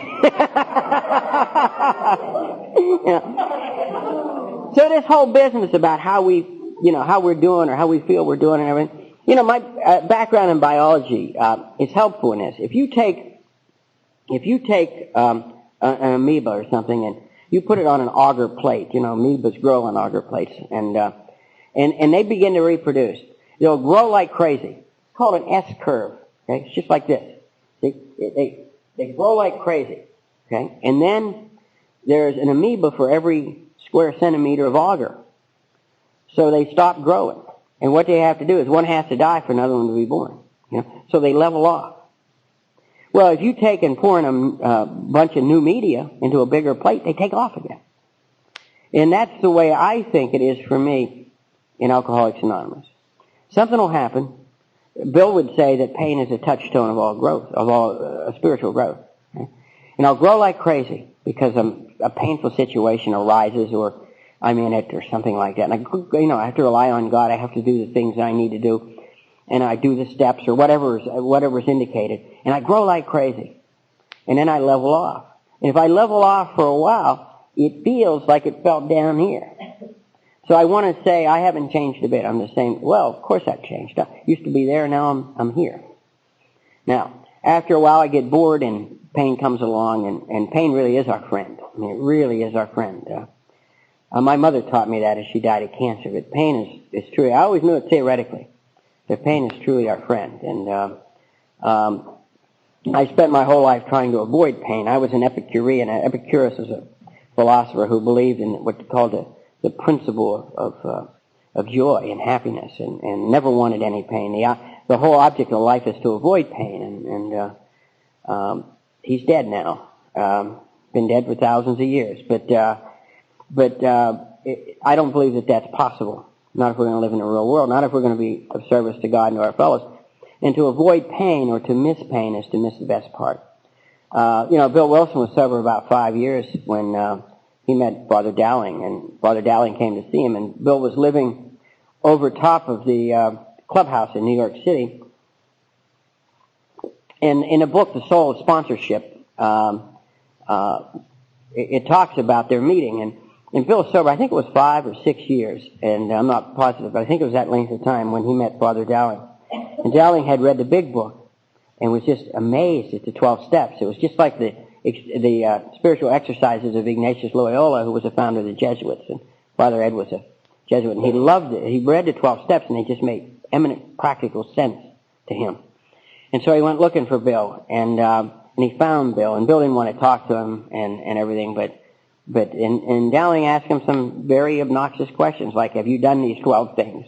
I wrote those things. Yeah, you wrote them, but have you done them? And of course, and then Bill talked to him about the pain. And he said, will it always hurt? Will it always be painful? And Dowling just exploded into a smile. He said, yes, that's the beauty of it. And I imagine that was not the best news Bill had that day, but what he meant was there are some people who called on to always push. And Bill was one of those driven people that was given a lot to do and a lot to deal with and that sort of thing. And I think that's what made him the leader for us that he was. It wasn't that he got it all solved. It was that he was always working on it. And that's the thing to remember. I lived my whole life like someday I'd be finished. And I'd be there. And I didn't know what there was. There might be a house on a golf course. It might be more money than I can spend in a lifetime and a half in case I live longer than I expect to live. I don't know what there was. But I was always looking to the destination, and I never considered the journey. And the journey is where we meet God. One of the things that, when I was studying theology, one of the things that I found as a person who always projected, again, I don't blame it on this, but when you're a kid and you grow up in poverty and you're in uncomfortable circumstances, as a family, you don't talk about how it is. You always talk about how it's going to be. And you learn to dream, and my mother would read us poetry and would talk about things that are outside of where we are and how it's going to be or how it was. And we always grab a hold of these concepts that were different than now. And that's where I lived. And I lived in fiction. I lived, I had a secret place I'd go to, and all the things that someone who's having a very difficult time with now had. And I think to a large degree that's why I study theology. Because I think it was W.C. Fields was dying in a room in Philadelphia, and so they caught in somebody walked in on him. He's reading the Bible, and he tried to hide it, and they caught him. They said, "Aha, have you changed your mind about God?" And he said, "No, I was just looking for loopholes." And and so I think that part of what was wrong with me was my inability to live in the now. I learned in theology that there are two kinds of time. Okay, there's something called chronos, which is chronological time. Right now it's about 20 minutes to 11.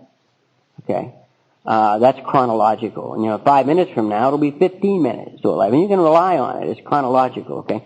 There's another kind of time called kairos, which means God's time. And God's time is always right now.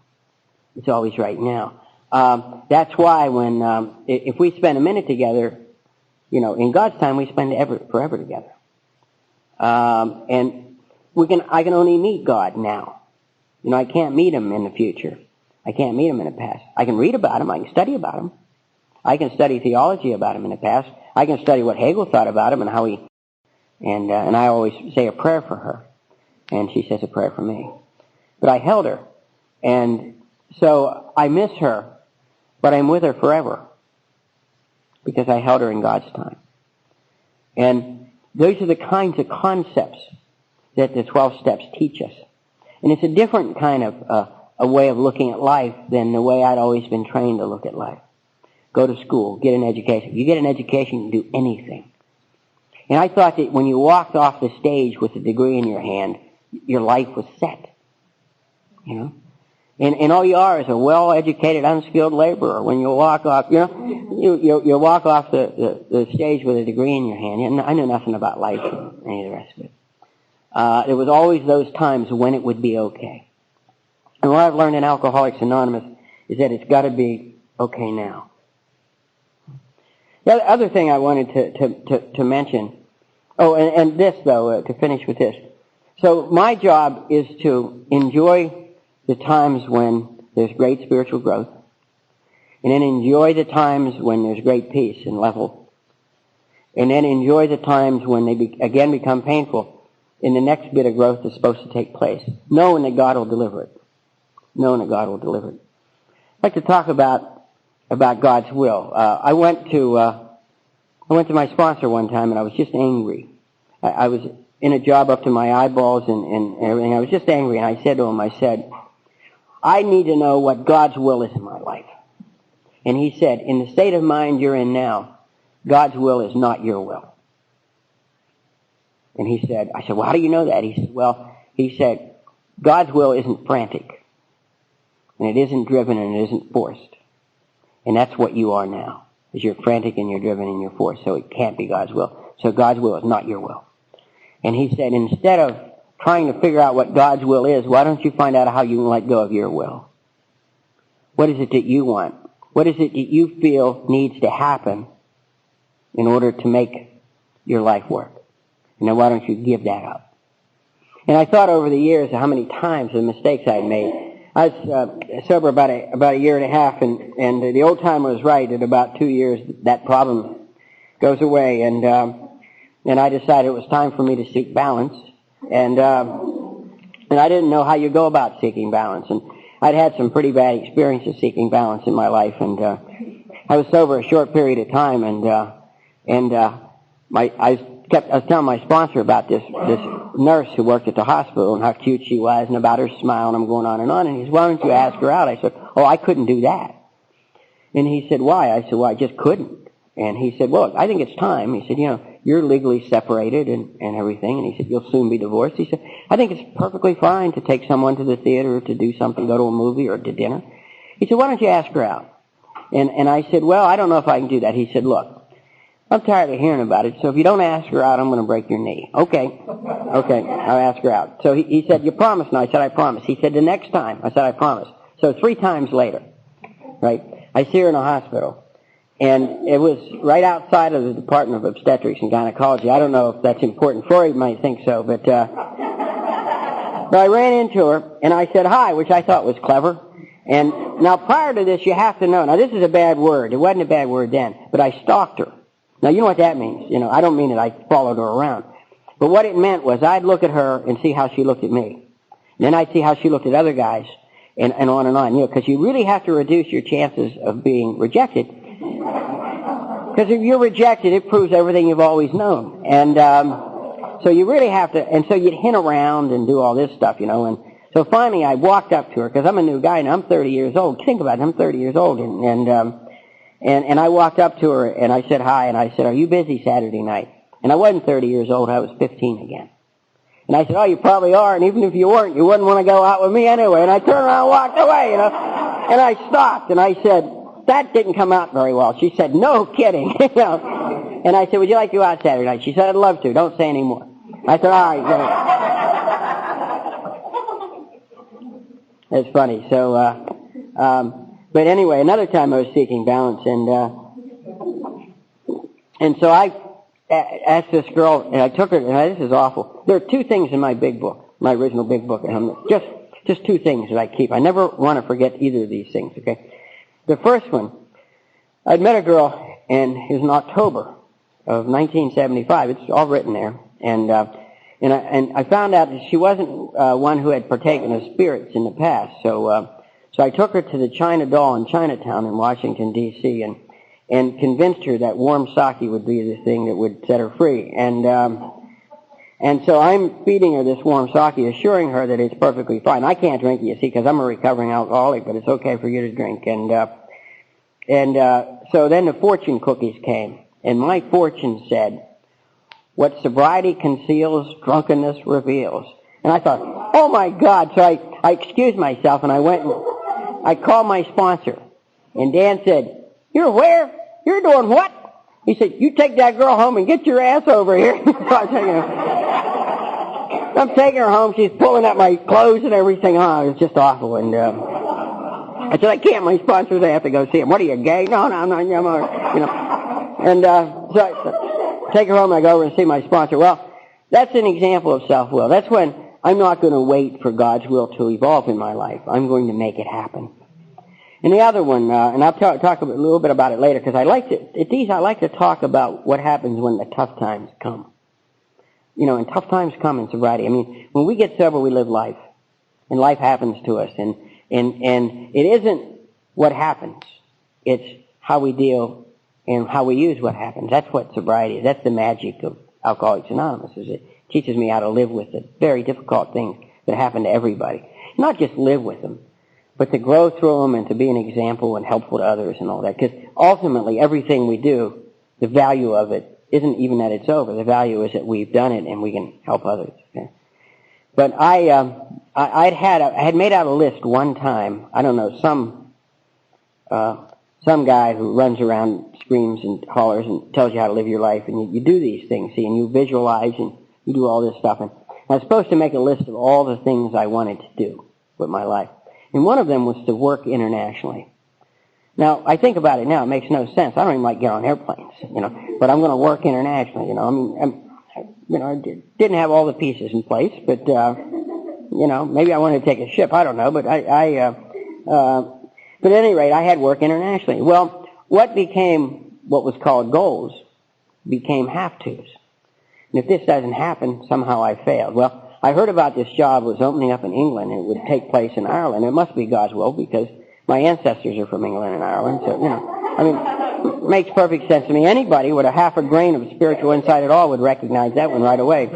Now, the fact that there are about 80 million people in this country who had relatives in Ireland and England, and only one job never crossed my mind, you know, but, so I, put my resume together, and I mean, it was mostly true, you know. I mean, there are a few exaggerations in there, but I mean, if I don't think well of myself, who's going to think well of me, you know? And so I put this lying resume together, and I took it to him, and I went over to the Watergate where he was staying to interview with the job and everything, and by the grace of God, I never got that job, because shortly after that I went through an experience I'll share with you later. But had I been in England, I think I'd have died. Or had I been in Ireland, I would have died. And what's important about that is that's the only job I've ever asked for in Alcoholics Anonymous. Every other thing I've ever done, I've done because somebody asked me to do it. That's waiting on God's will. And when I make it happen. Now, between jobs, I did the things you need to do.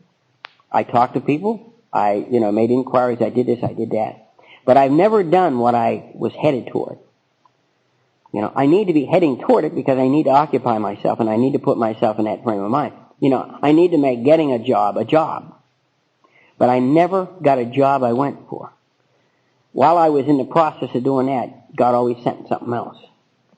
And I don't know how to explain that to you other than the fact that for 26 years it's been true. Now, each time one thing ends, I have the same sort of anxiety.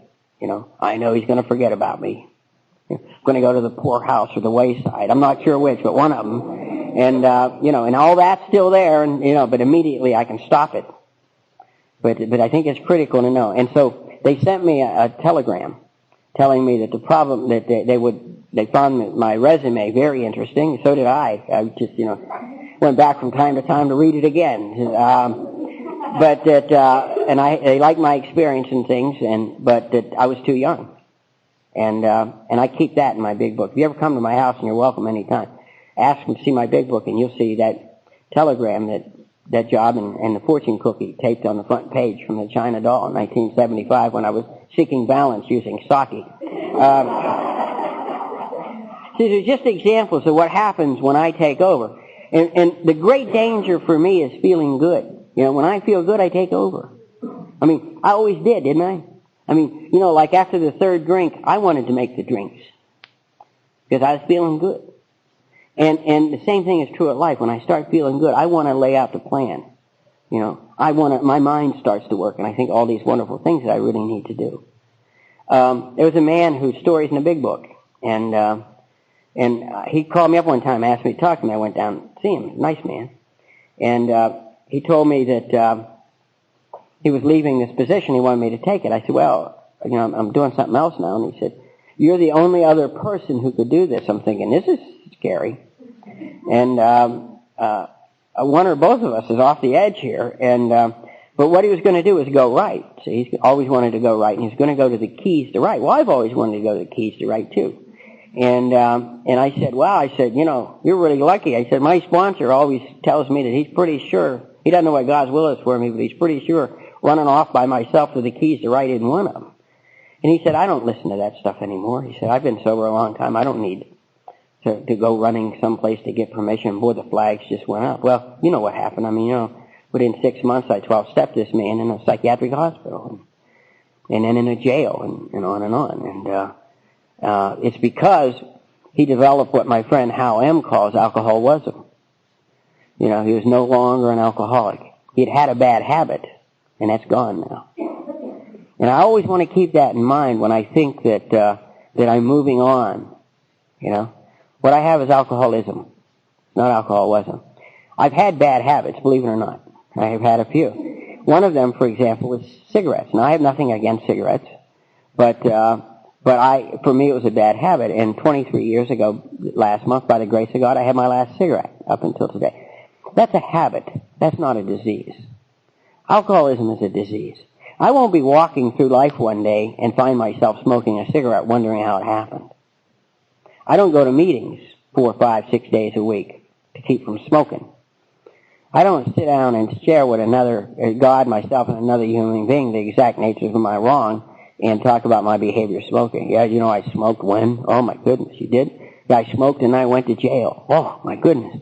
No, that's a bad habit. Alcoholism is a disease. I'm no longer addicted to nicotine.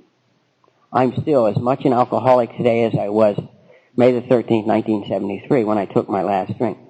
And I'm further along the trail of progression than I was. If I picked up a drink now, it would be as though I drank these 26 and a half years.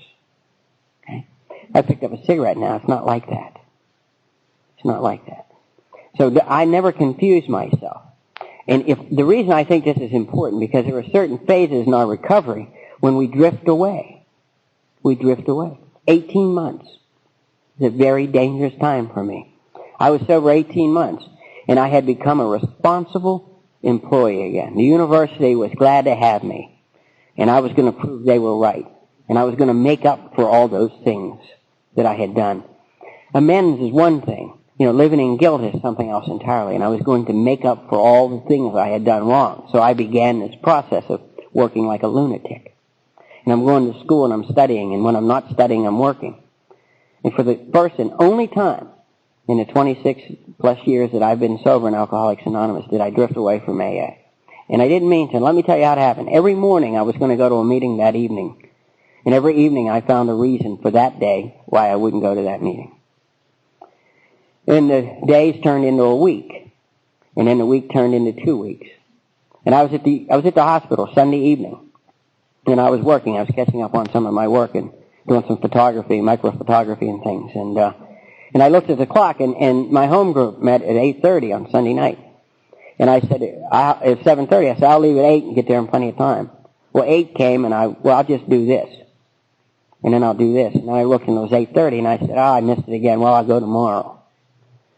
And I finished up at about 8:45, and I got in my car to drive home, because it's too late now.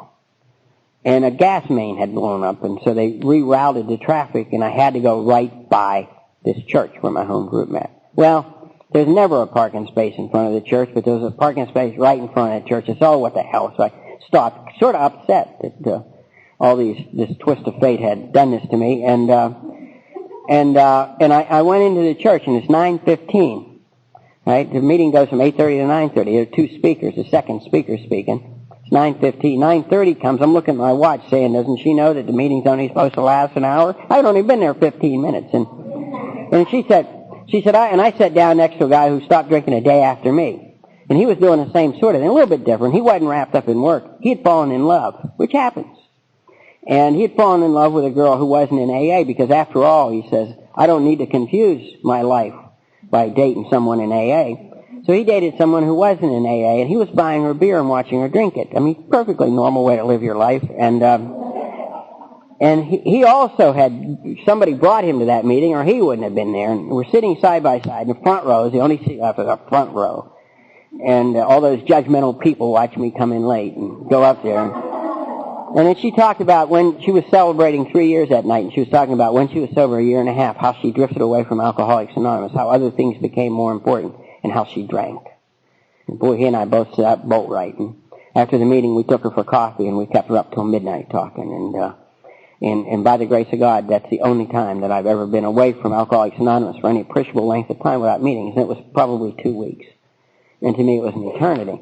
And the reason it was an eternity because it took me to the point where I would have stepped off the abyss. The bulk of the 12-step work I do, and I don't understand people who don't have 12-step calls. I have as many as I want. I set them up. I make sure that I get 12-step work. The bulk of the men I talk to on 12-step calls are men who retired from someplace else, moved to Wilmington, which is a lovely place to live, mean to go to Alcoholics Anonymous and never quite get around to it. Well, I mean, you have to get the house right, and then you have to join the club, and then you have to practice your putting, and then we have to figure out which church we're going to go to. But I'm going to go to AA, I really am. And then one day it's 6 months, or 3 months, or 6 months, or a year later, and there's no AA. And then there's that drink, the inevitable drink that comes.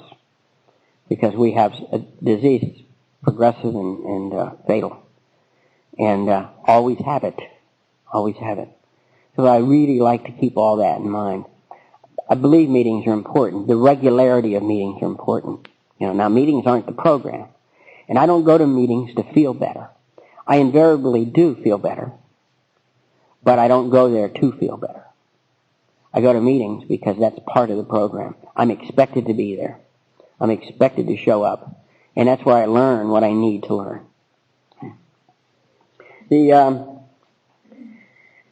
could talk about one other thing, too, because I know that a constant companion of mine during my alcoholism is this thing called guilt. I don't know if anybody here knows anything about guilt, My friend Mike W. says it well. I went to him one time, and I'd known Mike since I was sober about 8 or 9 months, and I met Mike. And he has truly been my best friend in Alcoholics Anonymous from then until now. I've had some great friends, 3 or 4 real close friends. But I said to Mike one time, I said, Mike, can you tell me anything about guilt? And Mike started laughing. He said, of course I can tell you about guilt. He said, when I was 3 years old, he said, my mother set me on her knee and she read this book to me. And at the end of the book, they asked the question, who killed Cock Robin? And Mike said, I thought, I don't know, but I probably did. Okay? So that's the kind of guilt that we're talking about. I've heard it described as primordial guilt. It's sort of like guilt that I come with. I come with my own load of guilt. And of course it comes from self-centeredness. And it says that I am responsible for things that I can't be responsible for. I felt guilty about the war in the Middle East. I just felt terrible about that. I've never been in the Middle East. Had nothing to do with that war, but I felt guilty about it. I feel guilty if I eat and somebody else doesn't. On and on. I don't see any of that as God's hand in any of it. I mean, I just assume all this stuff, which is insane, of course. And I was sober a few months and went to my home group was Thursday night, like I say, Sunday night. And at Thursday night we had a step study meeting, and then on Sunday night there was a speaker meeting. And this Thursday night there was a man came to lead second step for us, and his name was Happy Harold. And he was a black man, a wonderful man. And I couldn't hear anything he said. I don't know if you've ever had times like this, but I would go places and I was so into myself. I was so self-absorbed that people's mouths were moving, but I wasn't registering anything they were saying. And I was just into myself, and I'm thinking about the kids, and I can't see the kids, and I'm going on, and I've ruined the kids, and I've damaged them forever, and God, who knows, one of them might even end up going to Auburn or something. I mean, just, I just couldn't let myself off the hook. So we used to go on Thursdays, we would go to this place, it's like a Christian bookstore, but they served homemade cake and pie and ice cream. It was just delicious, and coffee. So we'd go there and get sort of herb teas or coffee or something like that and talk. And Harold was there, and he's at another table. And I couldn't hear anything, and I just decided I was just going to go home. And I didn't know what was going to happen to me, but I was not in a good state of mind, that's for sure. And I was leaving the place, and Harold said to me, he said, "I don't know you." He said, "You got a few minutes?" I'm thinking, well, if I'm going to go and die, there's no rush. So I sat down, and he said, "You don't look very happy." I said, "Well," I feel really bad. And he said, "Why?" And I said, "Well, I feel guilty." And I talked about the kids and how I couldn't see them and on, and how guilty I felt. And he said, "I know," and he didn't talk to me about my kids. But what he said to me was, "I know all about guilt." And he told me this story. He said, when my mama was dying, she called me from the intensive care unit and said, "Son, will you be here tomorrow morning? I want to see my children before I go home." And she said, "But don't come drinking." She said, "Harold, if you're drinking, don't come." And he said, the next day I showed up at the hospital and I was drunk. And I said, "You were?" He said, "Of course I was." He said, "I was an alcoholic." And he said, "I didn't know how not to be drunk then." And he said, my brothers and sisters said, "You can't go up and see Mama like that." So he called up to talk to his mother, and he said, "Mama, can I come and see you?" And she said, "You drinking, son?" And he said, "Yes, I am." And she said, "I can't go into eternity seeing my oldest boy drunk." And he said, so while my brothers and sisters said goodbye to my mama, he said, I sat down in the waiting room alone. And he said, she died that day. And I said, how do you live with that? How do you live with that? And he smiled the way Harold always smiles, and he said, you'll discover if you stay with us that the worst you do becomes your greatest gift. And I thought, wow, I was just overwhelmed. I forgot about myself for a little while, went home, actually had a decent night's sleep, and it must have been a few months later, I was in the hospital, and there was Harold. And I saw him by the elevator, and we laughed and shook hands and talked and this sort of thing. And he laughed, and I was walking away, and a nurse stopped me, and she said, do you know Mr. B? And I said, you mean Happy Harold? She said, he's the finest man we know. And I said, really? She said, she said, whenever we have an old person here who's alone or doesn't have anybody and they're dying, we call Harold. And I remembered what he said, the worst you do becomes your greatest gift. And so that's why if you're kind of new and you've done things that you think you can never be forgiven for, please take heart. Because one day, as a result of these steps, they become your great gift. No one needs us at Alcoholics Anonymous because we've made $1 million or because we've been successful at life. That's not why they need us. That's not our value. My value in Alcoholics Anonymous is that I broke everything I touched, and my life was given back to me. And that's the hope that I carry. The hope I carry is that I've broken everything I've touched, and my life has been given back to me, and I lead a happy life today. That's the message, isn't it? That's the message. It's not what I've done right. It's what I've done wrong, and it's what God's fixed. And not just fixed, He fixed as a result of what I had broken. And that's the value of it. So I always want to remember that. And I think it's worth reminding one another that the great strength and the great power we have in our life isn't what we've done right. It's what we've done wrong. It's the stuff that's not on the resume. Even the true stuff that belongs on the resume. That's not why we're of value. And I never confuse that. I'm not here because I've done things well. I'm here because I broke everything I touched, and the grace of God, for whatever reason, chose me to be sober. Whatever reason. Chose me to live. I was pretty newly sober, and I was wallowing in self-pity, and I was just angry. I'd like to say something about that, too. My anger is a form of anger that came out in profanity. I don't know if anybody can relate to that. But it seemed as though it had to be profane, and it came out of my mouth. And I did it in meetings. So I'm not proud of it. It's just reality. And I was telling Maggie yesterday that I met a woman, a very elegant woman, very regal in her carriage and all. And she said to me, after a meeting, she said, young man, may I ask you a personal question? I said, but of course. And she said, do you eat with the same mouth you talk with? And I said, it's pretty offensive, huh? She said, it's terribly offensive. And she said, I have a feeling you don't need to do that. You probably have an adequate vocabulary. And from that day till this, I pray that I haven't said anything that's offensive to other people. But that's the form that my anger and my rage took. It just came out. And we were doing a bone marrow on a young woman one time, and I never want to forget this. I was sober maybe 2 months, not long at all. She was a beautiful woman. She had red hair. She was just beautiful. And she was crying. It was a very painful, cut down to a very painful procedure, and they were taking bone marrow out of her collarbone, sternum, I guess it's called, whatever it's called there. And I was there just to take the sample and to grow it and to do karyotyping and genetic testing and things.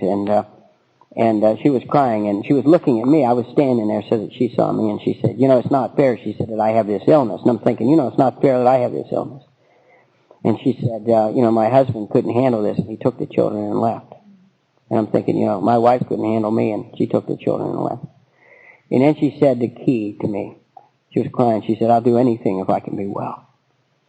And she had leukemia, and I spent time with her the next 30 days, and she died. And 30 days later, I was sober 3 months.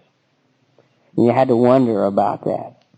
I had to wonder about God's value system, because I surely would have picked her over me.